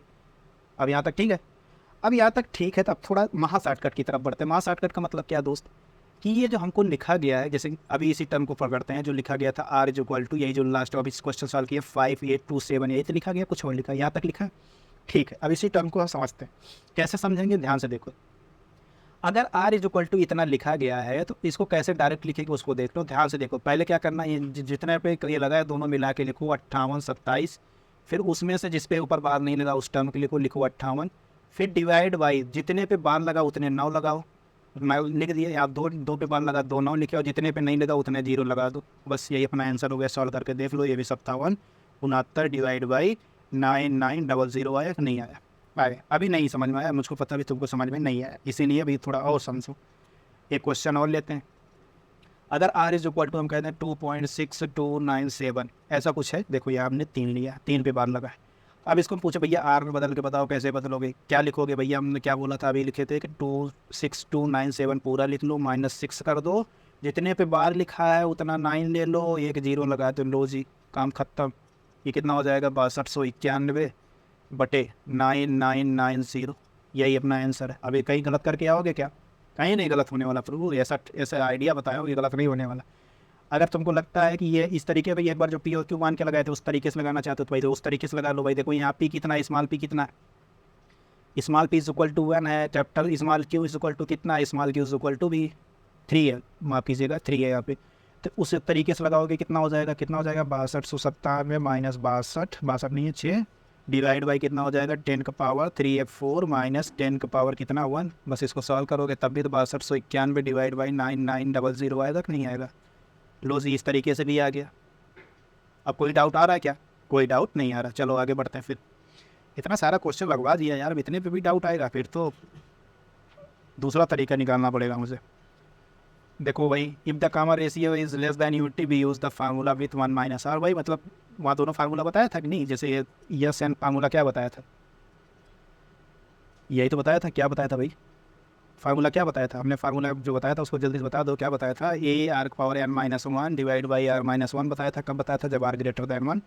ऐसा और क्या बताया था? A1 - r⁻n divide by 1 - r लिखे, कब बताए थे? जब r < 1। ये बताया था कि नहीं बताया था? बिल्कुल बताया था। चलो आगे बढ़ते हैं, फिर आगे क्या है उसको देखते हैं। हाँ, अब चलो देखो, जब वहाँ पे देखो एक नंबर मिल जाता था जो रिकर नहीं करता था, जैसे वहाँ 3 मिल गया था, 327 पे बार लगा था। अब यहाँ ऐसे लिख दिया जाए कि 0.3 का बार लिख दिया जाए। अब बताओ इसकी वैल्यू क्या होगा। अब ऐसे तब मिलने लगे तो उसके लिए क्या करेंगे, उसको हम थोड़ा देखते हैं कैसे लगाएंगे। ठीक है, चलो देखते हैं कैसे लगेगा, उस सबको टर्म को बारी बारी से हम लोग समझते हैं, फिर धीरे धीरे हम लोग आगे बढ़ जाते हैं। तो क्या कह रहा है भाई, उस कह रहा है कि अगर अपना आर इज इक्वल टू 0.क्यू जहाँ Q is recurring period consisting of Q figure तक जा रहा है, तब इसको कैसे लगाएंगे। इसका फार्मूला क्या है, मान लो एक क्यू बार जा रहा है तो क्यू बार का मतलब क्या होगा, R is equal to Q times 10 power Q minus 1। नहीं, अब क्यू का मतलब क्या है, क्यू ही क्यू बार जा रहा है। अब क्यू का मतलब क्या है, यहाँ 2 होता है, तो 2 होता तो क्या करते भाई, तो क्यू कितना हो जाता है, 2 हो जाता। अब वो क्यों, वहाँ उस क्यू की बात नहीं कर रहा, स्मॉल क्यू की बात कर रहा हूँ भाई। क्यों क्या है, अंक ही तो होता है, कौन से अंक रिकर कर रहे हैं, वही अंक ही की तो बात कर रहा है कि नहीं कर रहा है दोस्त। अब जैसे क्या है, अब यहाँ मैं इस एग्जांपल के थ्रू, यार देखो एक एग्जांपल लिखा गया, अगर कह दूँ कि भाई आर इज इक्वल टू 0.3 दिया गया, इस 0.3 में बताओ कैपिटल क्यू तो क्यू 3 दिया गया, लेकिन स्मॉल क्यू कितना है भाई, एक ही टर्म तो है, तो 1 हो गया कि नहीं हो गया, ये हुआ कि नहीं हुआ। तो आप भैया आर कैसे लिखोगे, कैपिटल यानी 3 डिवाइड बाई 10 का पावर 1 माइनस 1 कितना हो जाएगा 3/9, आंसर है 1/3। नहीं समझ में आया, ठीक है, फिर आगे बढ़ते हैं। जब ये समझ में आ गया तो भाई आगे समझने में कोई दिक्कत नहीं है, कोई व्यवधान ही नहीं है, आगे तो अपने आप समझ में आएगा। अरे भाई जो पिछला लगाए इसको अब लगाने की ज़रूरत है भाई, क्या देखो इसमें कौन सा कर रहा है, 32585858 हो रहा है, जल्दी से बता दो, कोई बता देगा। 3258 का ये आंसर ये लगाया है बाहर, ये कितना हो जाएगा भाई, जल्दी से कोई बता दे कितना हो जाएगा। 3258 माइनस कितना 32 डिवाइड बाई कितना दोस्त 99 कितना 2 पे बाल लगा 200। लो जी आंसर आगे फटाक खटाक, वही अंश में से कुल अंक के गैरावर्ती वाले अंक घटा दो, फिर जितने वही जो अभी शॉर्टकट बताया, महा शॉर्टकट जो बताया था ना, वही कि अंश जितना लिखा पहले उसको लिख लो, कुल अंक जो है गैरावर्ती वाले अंक को घटा दो, ऊपर यही करते थे। फिर नीचे कह रहा है जितने आवर्ती अंक हो उतने 9 लिख दो, जितने गैरावर्ती अंक है उतने बार 0 लिख दो। आ गया आंसर कि नहीं आ गया, बिल्कुल आ जाएगा भाई। चलो फिर आगे बढ़ते हैं, जब यहाँ तक आ गया तो फिर रुकने का अपना कोई औचित्य नहीं है। ये सब एग्जाम्पल ऑलरेडी बहुत सारे एग्जाम्पल बता दिए हैं, तो 1-2 एग्जाम्पल है देख लीजिएगा। अब इस सीरीज़ पे आते हैं, अब ये आगे 2-3 सीरीज़ आएंगे जो बहुत इंपॉर्टेंट है, बहुत बार पूछे जाते हैं भाई साहब, इतनी बार पूछे जाते हैं कि पूछो मत। तो हम इसके दोनों तरीके बताएंगे। दोनों तरीके इन द सेंस क्या है, हम इसके एक तरीका ये भी बताएंगे कि जनरल टर्म में कैसे लगाते हैं कभी, क्योंकि अगर बाई चांस मेंस वगैरह में कभी बैठो क्वेश्चन आ जाए वहाँ भी उसको लगा सको। फिर इसके हम शॉर्टकट को बताएंगे, शॉर्टकट से कैसे लगा सकते हैं, दोनों तरीके बताएंगे। कॉम्पिटेटिव एग्जाम में जहाँ ऑब्जेक्टिव टाइप के क्वेश्चन आएंगे वहाँ हम शॉर्टकट से चलेंगे, और जहाँ सब्जेक्टिव टाइप के क्वेश्चन आएंगे हम वहाँ जनरल टर्म्स से चलेंगे।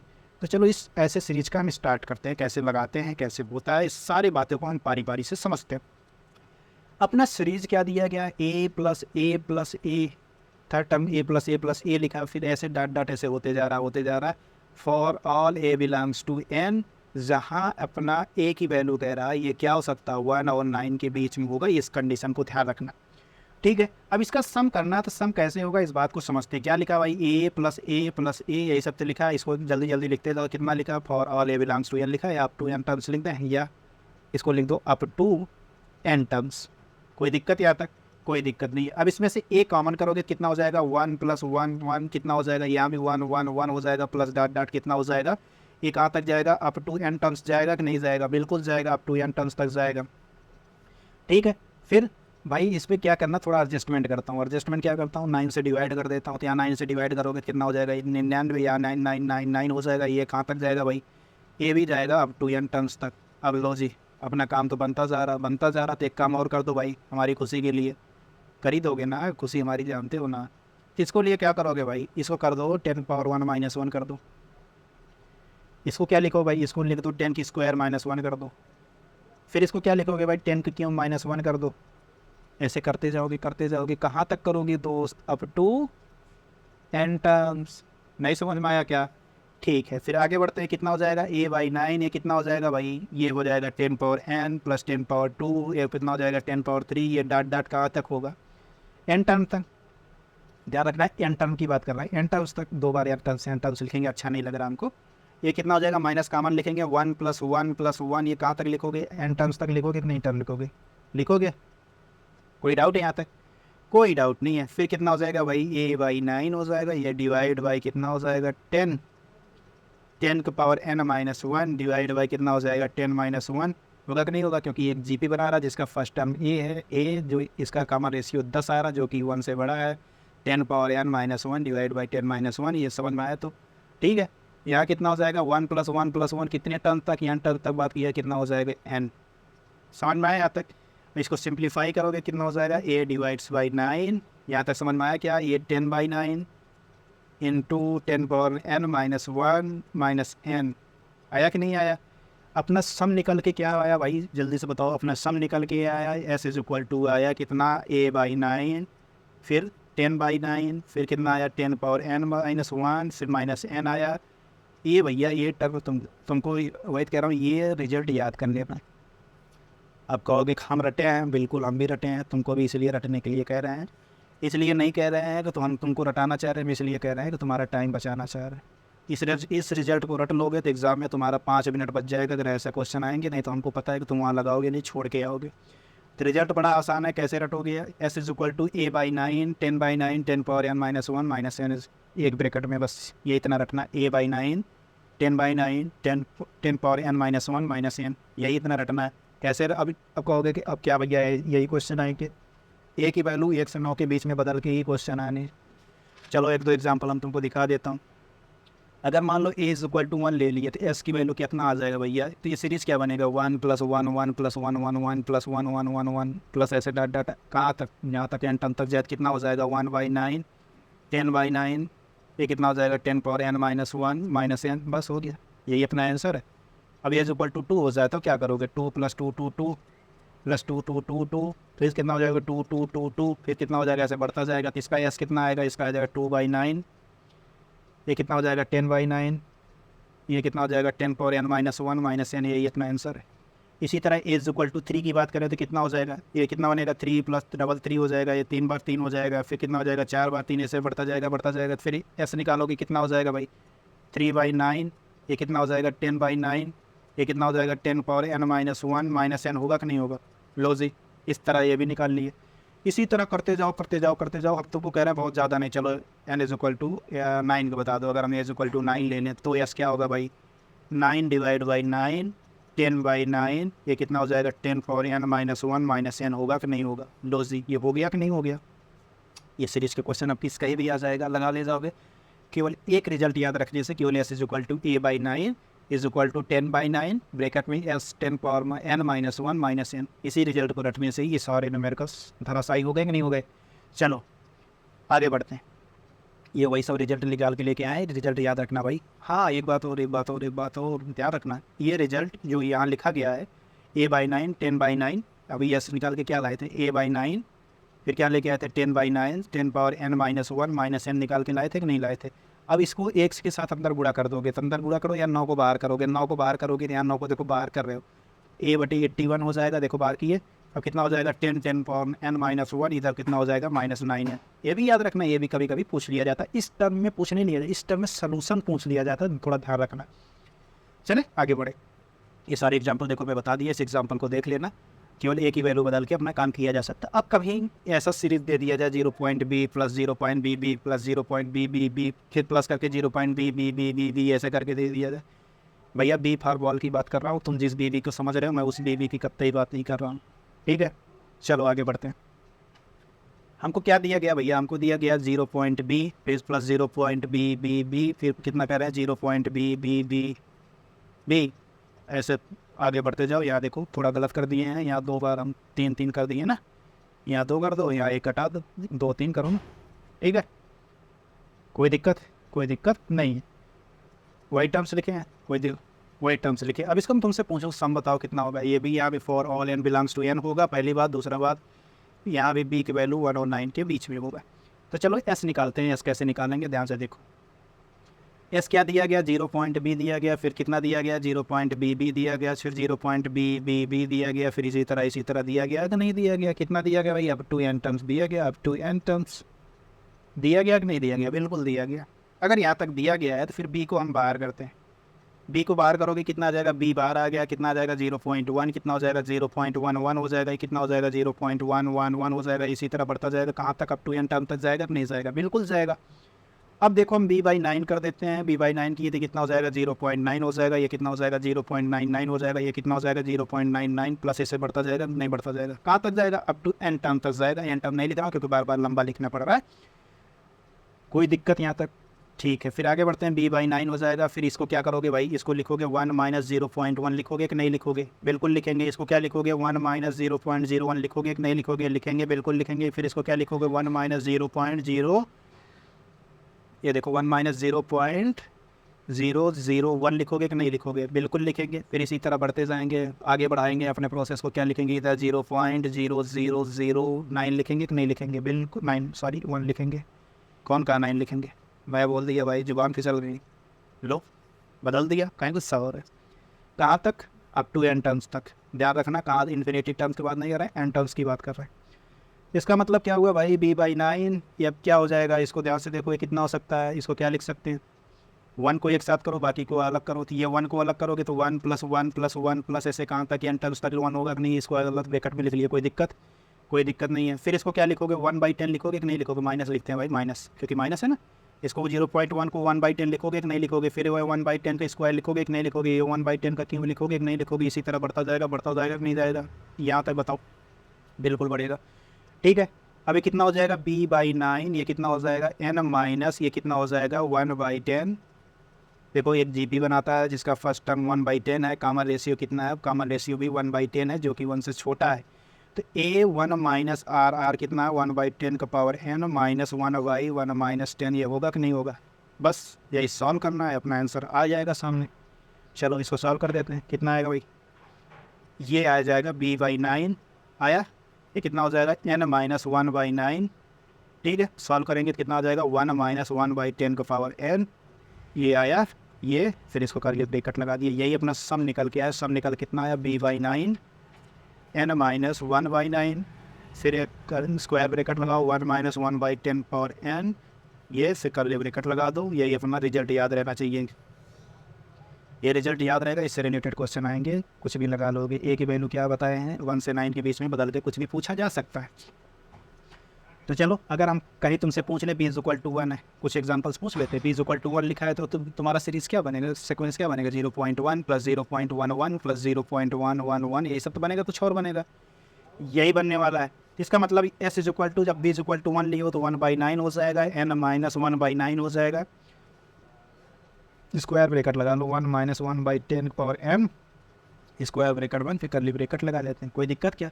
यहाँ b = 2 लिखा होता तो क्या हो जाता, 0.2 हो जाता, फिर 0.22 हो जाता, इस फिर क्या हो जाता 0.222, ये हो जाता, इसी तरह बढ़ता जाता, नहीं बढ़ता जाता, बिल्कुल बढ़ता जाता। फिर अपना s क्या हो जाएगा 2/9 हो जाएगा, फिर कितना हो जाएगा n माइनस 1/9, ये कितना हो जाएगा 1 माइनस 1/10 का पावर n हो जाएगा, फिर ये कितना हो जाएगा, यही होगा, कुछ और होगा, बिल्कुल यही होगा। यहाँ तक बात समझ में आया, यहाँ तक बात समझ में आ गई। अगर ये 3 बोल देते हैं या 4 बोल देते हैं, अब लगा ले जाओगे, बिल्कुल लगा ले जाओगे। चलो फिर आगे बढ़ते हैं, आगे क्या कह रहा है उसको देखते हैं। अब देखो अगर कुछ नेचुरल नंबर दिए, हम एक नेचुरल नंबर दिया है, उसको हम कुछ पार्टीशन कर देते हैं। पार्टीशन करने का मतलब जब s1 लिखा है, यह सबको क्या रिप्रेजेंट करता है, सम ऑफ होल, सम रिप्रेजेंट करता है नहीं, जैसे क्या आ गया एन क्या करता है, सम ऑफ n टर्म्स जो दिए गए उनका सम को एन से रिप्रेजेंट करते हैं। s1 क्या कह रहा है पता है तुम, s1 ये कह रहा है कि जो सिंगल टर्म के उनका सम का टू टर्म का, फिर s3 इस तरह, s3 में कितने लिखे 4 5 6 7 इसी तरह लिखा है, इसी तरह लिख रहा है, इसी तरह। तो जो s1 वाला सेट था उसमें क्या कह रहा है कि 1 है, पहला टर्म क्या है 1 है, s2 वाले पहला टर्म कह रहा है 2 है, s3 वाले में पहला टर्म क्या रखा है 4 रखा है। तो एक बार जरा गौर करोगे, जब मैंने 1 लिखा तो यहाँ 1 लिखा, जब हमने 2 लिया तो यहाँ 2 लिखा गया, इस सब पे थोड़ा गौर करिएगा। जब हमने यहाँ पे 1 लिया तो 1 का मतलब क्या है, क्या 2 का पावर, वो जो पार्ट है पूरा छुप गया, तो फिर बाद में करली ब्रैकेट तो नजर आएगा ही नहीं, तो इससे सीधा लिख दो। जो ये 1 को क्या ये 2 का पावर 1 माइनस 1 लिखा जा सकता है, क्या 2 का पावर 0 ही तो है, कुछ और है। ये देखो जब मैंने s2 लिया, s2 में ये फर्स्ट टर्म देखो कुछ और नहीं लिखा, क्या ये 2 का पावर, ये उसी के ऊपर ले पूरा, ये क्या कुछ और नहीं, क्या ये 2 का पावर 2 माइनस 1 लिखा है कि नहीं लिखा। इसी तरह इधर देखो ये 4 लिखा था, ये कुछ और नहीं, क्या देखो 2 का पावर 3 माइनस 1 लिखा गया कि नहीं लिखा गया। इसी तरह हमको कह रहा है कि ये बताओ कि सम ऑफ दिस 50, ये जो 50वां सेट बनाएंगे उसमें जो 50 और विभाजित करते 49 वाला पहुंचेगा, फिर 50वां विभाजन जो करेंगे उसका फर्स्ट टर्म हमको बताओ क्या आएगा। जैसे बढ़ते जाएंगे यस 50 पे पहुंचेंगे, इसका फर्स्ट टर्म क्या आ जाएगा। हमने देखा कि जितने टर्म लिखे गए हैं उसका ये जो पावर करते हैं, इसका पावर करते हैं 2 का पावर कितना करते हैं भाई जितना लिखा रहता है उसका 1 - 1 कर देते हैं। इसका 1 - 1 कर दोगे तो भैया कितना निकल के आएगा, कितना निकल के आएगा जल्दी से बता दो। निकल के आएगा 2 का पावर कितना, 2 का पावर 49 निकल के आएगा कि नहीं आएगा फर्स्ट टर्म। ठीक, अभी फर्स्ट टर्म निकल के आया है। अब इसके आगे हम देखेंगे जो निकल के आएगा। अब इसके आगे एक एक टर्म को पहले ऊपर जो पार्टीशन दिए, जो पार्ट्स हमको दिए गए उसको ध्यान में रखते हुए थोड़ा समझते हैं। यहाँ देखो क्या कह रहा है 1 है, यहाँ देखो 2 और 3 है, यहाँ देखो 4 5 6 और 7 दिया गया। ये सब देखो 4 5 6 7 देखो एक अरिथमेटिक प्रोग्रेशन बना रहे कि नहीं बना रहे। तो यहाँ लिखा गया 2 का पावर 49। तो इसके आगे वाले टर्म्स जो भी आएगा, जो भी टर्म्स आएंगे, जैसे एक टर्म्स यहाँ अगर मैं S4 लिख देता तो S4 को क्या लिखते भाई, S4 को क्या लिखते, S4 को कैसे लिखते, S4 को लिखते कितना, यहाँ 2 पावर 3 हो जाता है, यानी 8 9 10 11 12 13 14 और 15 लिखते कि नहीं लिखते। अभी मैं बता रहा हूँ कि 15 पे ही जाके अपनी गाड़ी क्यों खड़ी हो गई, उसको भी मैं समझा रहा हूँ। रुक जाओ, थोड़ा सब्र रखो ना भाई। ठीक है, अब देखो जो ये पहला टर्म है इसमें देखो, अगर जब मैंने S1 लिया, S1 में कितने नंबर ऑफ टर्म्स है, इसको ध्यान से देखो, क्या 2 पावर 1 - 1 टर्म्स है कि नहीं है।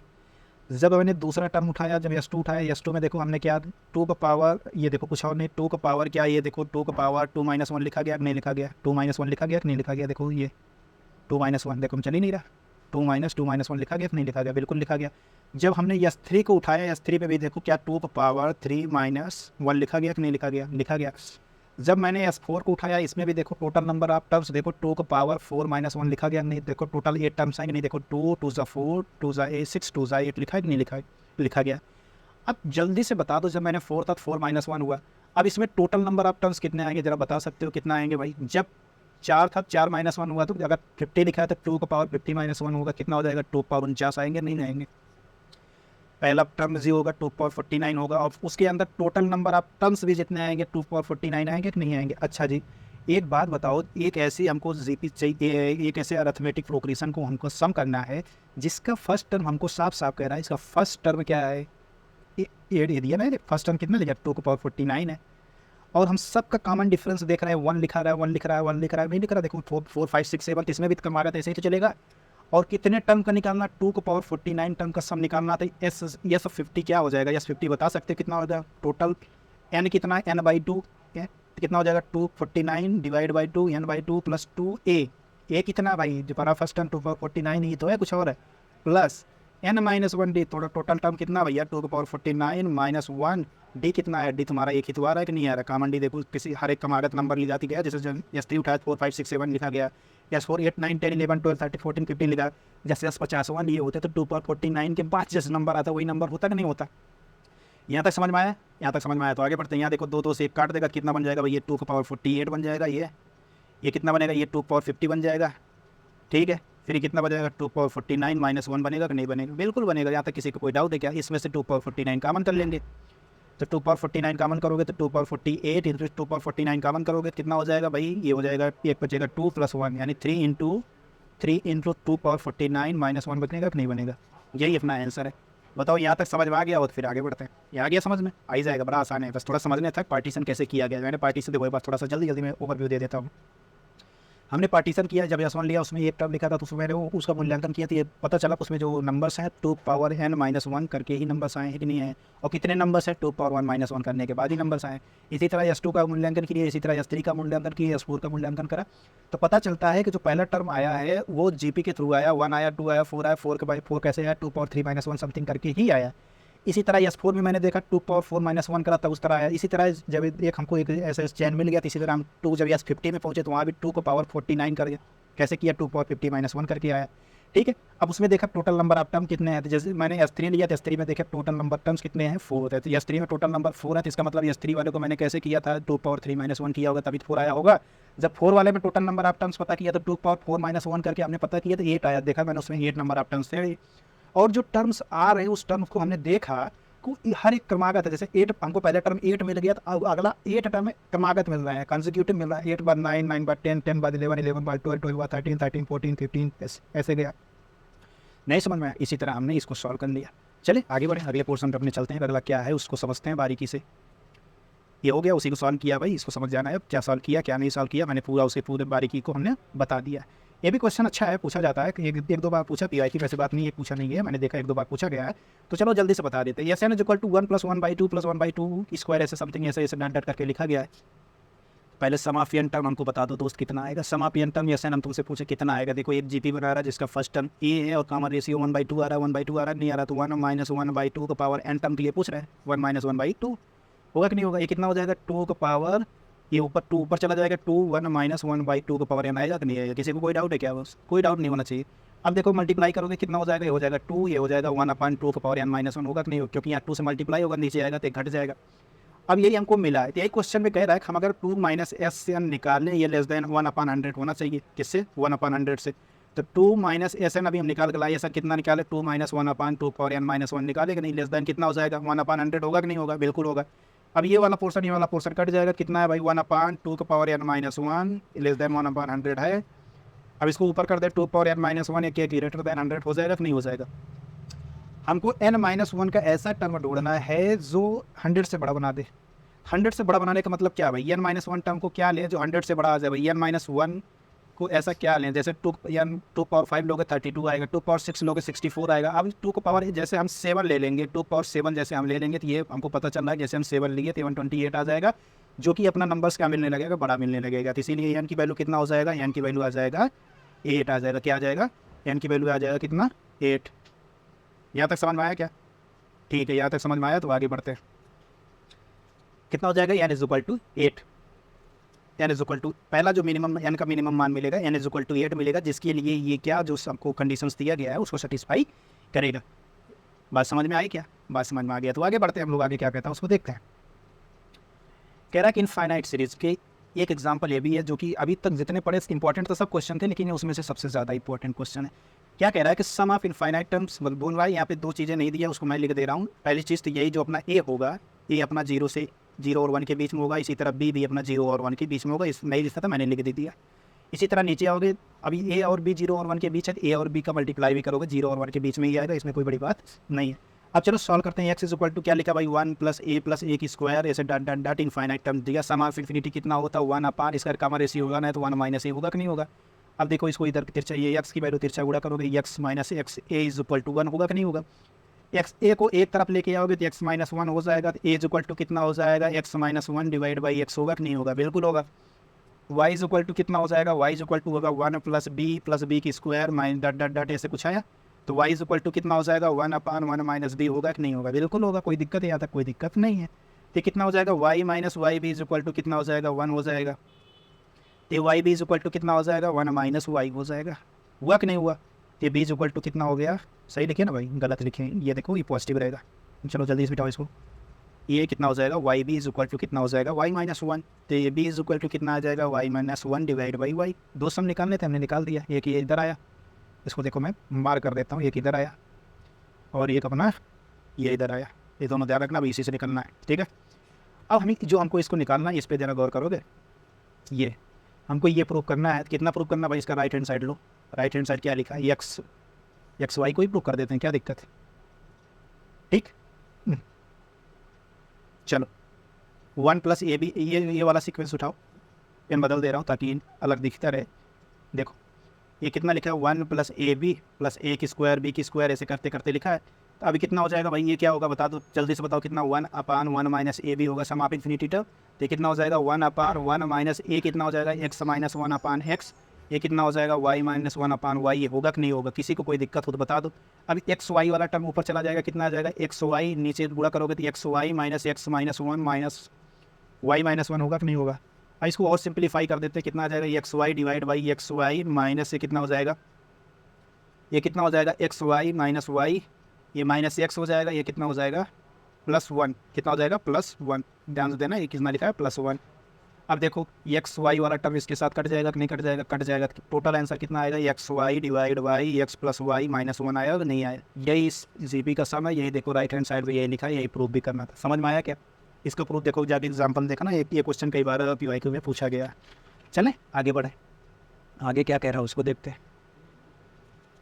अब देखते हैं क्या प्रॉपर्टीज़ है ज्योमेट्रिक प्रोग्रेशन की। प्रॉपर्टीज़ को हम समझते हैं, ज्योमेट्रिक प्रोग्रेशन की प्रॉपर्टीज़ क्या है इसको बारीकी से देखेंगे, फिर आज ही सेशन अपने इसी प्रॉपर्टीज़ से बस ख़त्म करते हैं।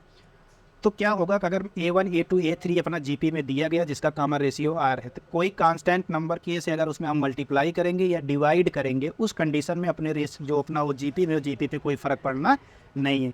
यही चीज़ लिखा है, यदि पदों को किसी नियत राशि से गुणा या भाग करे तो परिणामी श्रेणी भी जीपी में होता है। ठीक है, कोई दिक्कत है क्या? कोई दिक्कत नहीं है। अब ये सब प्रॉपर्टी जल्दी जल्दी हो जाएगा। कह रहा है if A1 A2 dot dot AN तक है, जीपी में है। अगर इसमें कोई नंबर जोड़ रहे हो या कोई नंबर घटा रहे हो तो फिर ये जीपी में नहीं रहेगा। यही चीज़ कह रहा है कि अगर कोई नंबर जोड़े या कोई नंबर घटाए तो फिर ये जीपी में नहीं रहेगा। घटाया जाए तो गुणोत्तर श्रेणी में नहीं रहता। जैसे क्या है 2 4 8 हम जानते हैं ये जीपी में होता है। इसमें हम 2 जोड़ देंगे, 2 जोड़ोगे कितना आ जाएगा 4 6 और 10 आएगा। अब क्या जीपी में है देख लो, रेशियो बराबर आ रहे नहीं आ रहे, तो इसलिए मतलब ये जीपी में नहीं है। यहाँ पे लिखा गया टर्म्स, इसको पढ़ लीजिएगा, लिखने की कोई ज़रूरत नहीं है। फिर आगे बढ़ते हैं, आगे क्या कह रहा है उसको देखते हैं। कह रहा है कि if AIR in JP, AIR in GP का मतलब समझ रहे हो, A1 A2 A3 dot dot dot dot ऐसे करके लिखा। अगर कह रहा है जीपी में है जिसका कॉमन रेशियो R है, इसका रेसिप्रोकल कर दोगे जो आएगा 1/A1 1/A2 ऐसे करके आओगे, ये जीपी में होगा जिसका कॉमन रेशियो क्या आएगा 1/R आएगा। समझ में आया क्या? अब यही A1 A2 A3 जीपी में है तो इसका एक same power A1 power n कर दो, A2 पावर n कर दो, ऐसे ये भी जीपी में होगा जिसका कॉमन रेशियो क्या आएगा R पावर n होगा, जहाँ n अपना क्या है रेशनल नंबर है। ठीक है, आगे बढ़े, ये सब याद रखना है दिमाग में। अब ये प्रॉपर्टी सबसे इंपॉर्टेंट है भाई, इसको रखना दिमाग में बैठाए रखना। अगर कह रहा है A1 A2 A3 अगर जीपी में है, इस पर लॉग अप्लाई करोगे तो किस में हो जाएगा? अरिथमेटिक प्रोग्रेशन में हो जाएगा। अगर ए लॉग A1 A2 इसका वाइस वर्सा भी ट्रू, अगर लॉग A1 A2 A3 अगर AP में है तो इसका उल्टा करोगे तो वो भी जीपी में हो जाएगा। यदि कोई श्रेणी जीपी में है तो उस पदों का लॉगरिथमिक लेने पर समांतर श्रेणी बन जाती है। कन्वर्सली देखो, if logs are in AP, तो जो नंबर्स लिए गए हैं A1 A2 A3 तो किस में होंगे? जेपी में होंगे। तो इसलिए बता रहा हूँ कि इसका कन्वर्स भी ट्रू है। ठीक है, चलो फिर आगे बढ़ते हैं। अगर A1 A2 A3 एक जीपी में है जिसका कॉमन रेशियो R1 है, B1 B2 B3 जिस जीपी में जिसका कॉमन रेशियो R2 है, इनको दोनों को मल्टीप्लाई कर दें, A1 B1 A2 B2 ऐसे कुछ बनेगा तो इसका ये भी जीपी में होगा जिसका कॉमन रेशियो R1 और R2 होगा। इसको आपस में डिवाइड कर दिया जाए तो ए भी जीपी में होगा जिसका कॉमन रेशियो R1/R2 होगा। ये दोनों पॉइंट यही है। इसका मतलब केवल है कि एडिशन और सब्ट्रैक्शन किए थे उसी कंडीशन में जीपी नहीं बना था, बाकी कंडीशन में जीपी बनेगा। वहाँ भी देखा मैंने, जब एडिशन किया, कोई नंबर किया एडिशन किया तो जीपी नहीं बना। इसी तरह यहाँ भी दोनों श्रेणी को जो दिया गया A1 A2 वाला B1 B2 वाला को जोड़ोगे तो वो भी जीपी नहीं बनाएगा, ध्यान रखना। ठीक है, चलो आगे बढ़ते हैं। इक्विडिस्टेंस वाला टर्म बताया ना कि स्टार्टिंग से अगर एनवर टर्म का मल्टीप्लिकेशन, एंड से एनवर टर्म का मल्टीप्लिकेशन, अगर इनको मल्टीप्लाई करोगे तो लास्ट फर्स्ट टर्म और लास्ट टर्म के मल्टीप्लाई के बराबर होगा। अगर ऐसा तुम स्टार्टिंग से 5वें टर्म का चाहते हो तो लास्ट के 5वां टर्म ले वो उसका भी मल्टीप्लाई बराबर होगा। अगर स्टार्टिंग से तुम मान लो kth टर्म चाह रहे हो तो लास्ट से kthवां टर्म ढूंढोगे तो उसका भी मल्टीप्लिकेशन बराबर होगा। यही चीज़ लिखा है, प्रारंभ और अंत से समान दूरी वाले पदों का गुणनफल बराबर होता है। ठीक है, और किसके बराबर होता है? प्रथम और अंतिम पद के गुणनफल के बराबर होता है। अब देखो, जैसे वहाँ AP में पदों का चयन करते थे, नहीं पहले 3 वाला बताया, पहले वहाँ ऑड वाला पहले बताए थे या इवन वाला पहले लिखा, तो पहले इवन वाले भी देख लेते हैं। अगर 4 टर्म्स मानना हो, 6 टर्म्स मानना हो तो कैसे मानोगे? 4 टर्म्स मानना हो तो कैसे? AR cube A/R AR/R cube, ऐसे 4 टर्म मानना, इसको रटना पड़ेगा भाई, इसका कोई तरीका नहीं है। 6 टर्म मान रहे हो तो कैसे? A/R AR cube AR power 5, अब AR/R AR/R cube A/R power 5। और इसका ध्यान रखना का जो इसका कॉमन रेशियो होता है वो R² होता है। इसका कॉमन रेशियो कितना होता है? R² होता है। ध्यान रखना इसका कॉमन रेशियो कितना होता है? R²। इवन के लिए कॉमन रेशियो कितना होता है? R² होता है। चले, ऑड टर्म वाला नहीं देखे क्या? ऑड टर्म वाला छूट गया क्या? 4 6 वाले तो बताए, A/R AR cube AR/R AR cube होता है। इवन इसका मतलब थोड़ा छूट गया क्या? इवन वाला देख लेता हूँ भाई, 1 मिनट। ये सब छूटने वाली चीज़ नहीं, ये रहा ऑड वाले, ये रहा। ऑड वाले टर्म्स कैसे मानोगे? ऑड वाले टर्म्स जैसे 3 टर्म मानना है तो AR A/R, इसके बाद बीच में A, फिर AR AR² A/R A/R²। Odd term के लिए कॉमन रेशियो ध्यान से देखो कितना बन रहा है? R बन रहा है, देखो इसमें डिवाइड करोगे फिर R बनेगा। ऑड टर्म के लिए कॉमन रेशियो R होता है, इवन टर्म के लिए कॉमन रेशियो कितना होता है? R² होता है। ठीक है, चले आगे बढ़े। आगे कुछ बचा होगा तो पढ़ेंगे, नहीं बचा कोई क्वेश्चन हो, कोई डाउट हो तो अपना टेलीग्राम चैनल ओपन है, कमेंट बॉक्स ओपन है, कहीं भी टाइप कर दोगे आपको अगले दिन अगली क्लास में आपको सोल्यूशन मिल जाएगा। तो भाई पढ़ते रहो, अपने तरफ से बढ़ते रहो, पढ़ते रहो, बढ़ते रहो। ये दिमाग में बैठा के चलो, एग्ज़ाम डेट करीब है, एक ही मौका होना चाहिए, यही दिमाग में बैठा रहो कि ये लास्ट मौका है, तो उस हिसाब से मेहनत करो। ठीक है, केवल ये 12th पोर्शन ही साथ में नहीं चल रहा है, ग्रेजुएशन पोर्शन भी चल रहा है, ग्रुप थ्योरी चल रहा है, बड़ा बढ़िया बेहतरीन तरीके से क्लास लिया जा रहा है। अगर अभी तक नहीं विजिट किए उसमें तो ग्रुप थ्योरी पे विजिट करिए। आपको लगेगा कि ग्रुप थ्योरी का भी पोर्शन, जैसे 12th के पोर्शन में भी पार्ट नहीं छूट रहा है, वैसे ग्रुप थ्योरी का भी पोर्शन नहीं छूट रहा है। तो आप ग्रुप थ्योरी से भी जुड़े, उसको भी देखें। पीवाई की सीरीज़ का डिस्कशन ऑलरेडी चक्रव्यूह सीरीज़ के नाम से हो ही रहा है, तो उससे भी जुड़े, उसमें भी अपने आप को मूल्यांकन करो कि भाई हम कहाँ गलती कर रहे हैं, नहीं कहाँ नहीं कर रहे हैं। वीडियो पॉज करके पहले खुद सॉल्व किया करो, ना आए तो फिर वहाँ देखो उस क्वेश्चन के साथ उसी लगे हाथ हम उसमें थ्योरी पार्ट यूज हुआ, हम थ्योरी पार्ट को भी बता देते। तो ज़रूरी है आपके पढ़ाई करने की, स्टार्ट करने का। हम तो भाई पढ़ा ही रहे हैं, बाकी आप स्टार्ट कर दे तो बेहतर है, क्योंकि एग्ज़ाम करीब है। ध्यान रखना एग्ज़ाम करीब है, स्टार्ट किए रहेंगे, पढ़े रहेंगे, अच्छे से जानकारी रहेगी। इसमें नहीं हुआ तो दूसरी वैकेंसी आएगी, उसमें हो जाएगा। लेकिन ये तैयारी अपना पुख्ता करने की ज़रूरत है, हम कर रहे हैं। ठीक है, चलो ठीक है, फिर तो खुश रहिए, मस्त रहिए। अच्छा लगे तो सब्सक्राइब भी करिए यार, दोस्तों को बताइए कि यहाँ पे क्लासेस चल रही हैं, और बेहतरीन क्लासेस चल रही हैं। इससे बेहतर कोचिंगों में नहीं मिलेगा, नहीं तो एक आध दो कोचिंग लेके देख लीजिए, फिर यहाँ पे लौट के ही आएंगे। तो उनको भी बताइए कि क्लासेस हो रही हैं, आप भी देखें। चलिए खुश रहिए, अपने पढ़ाई को जारी रखिए। मिलते हैं अगले सेशन में, एक बेहतरीन सेशन में। तब तक के लिए थैंक यू।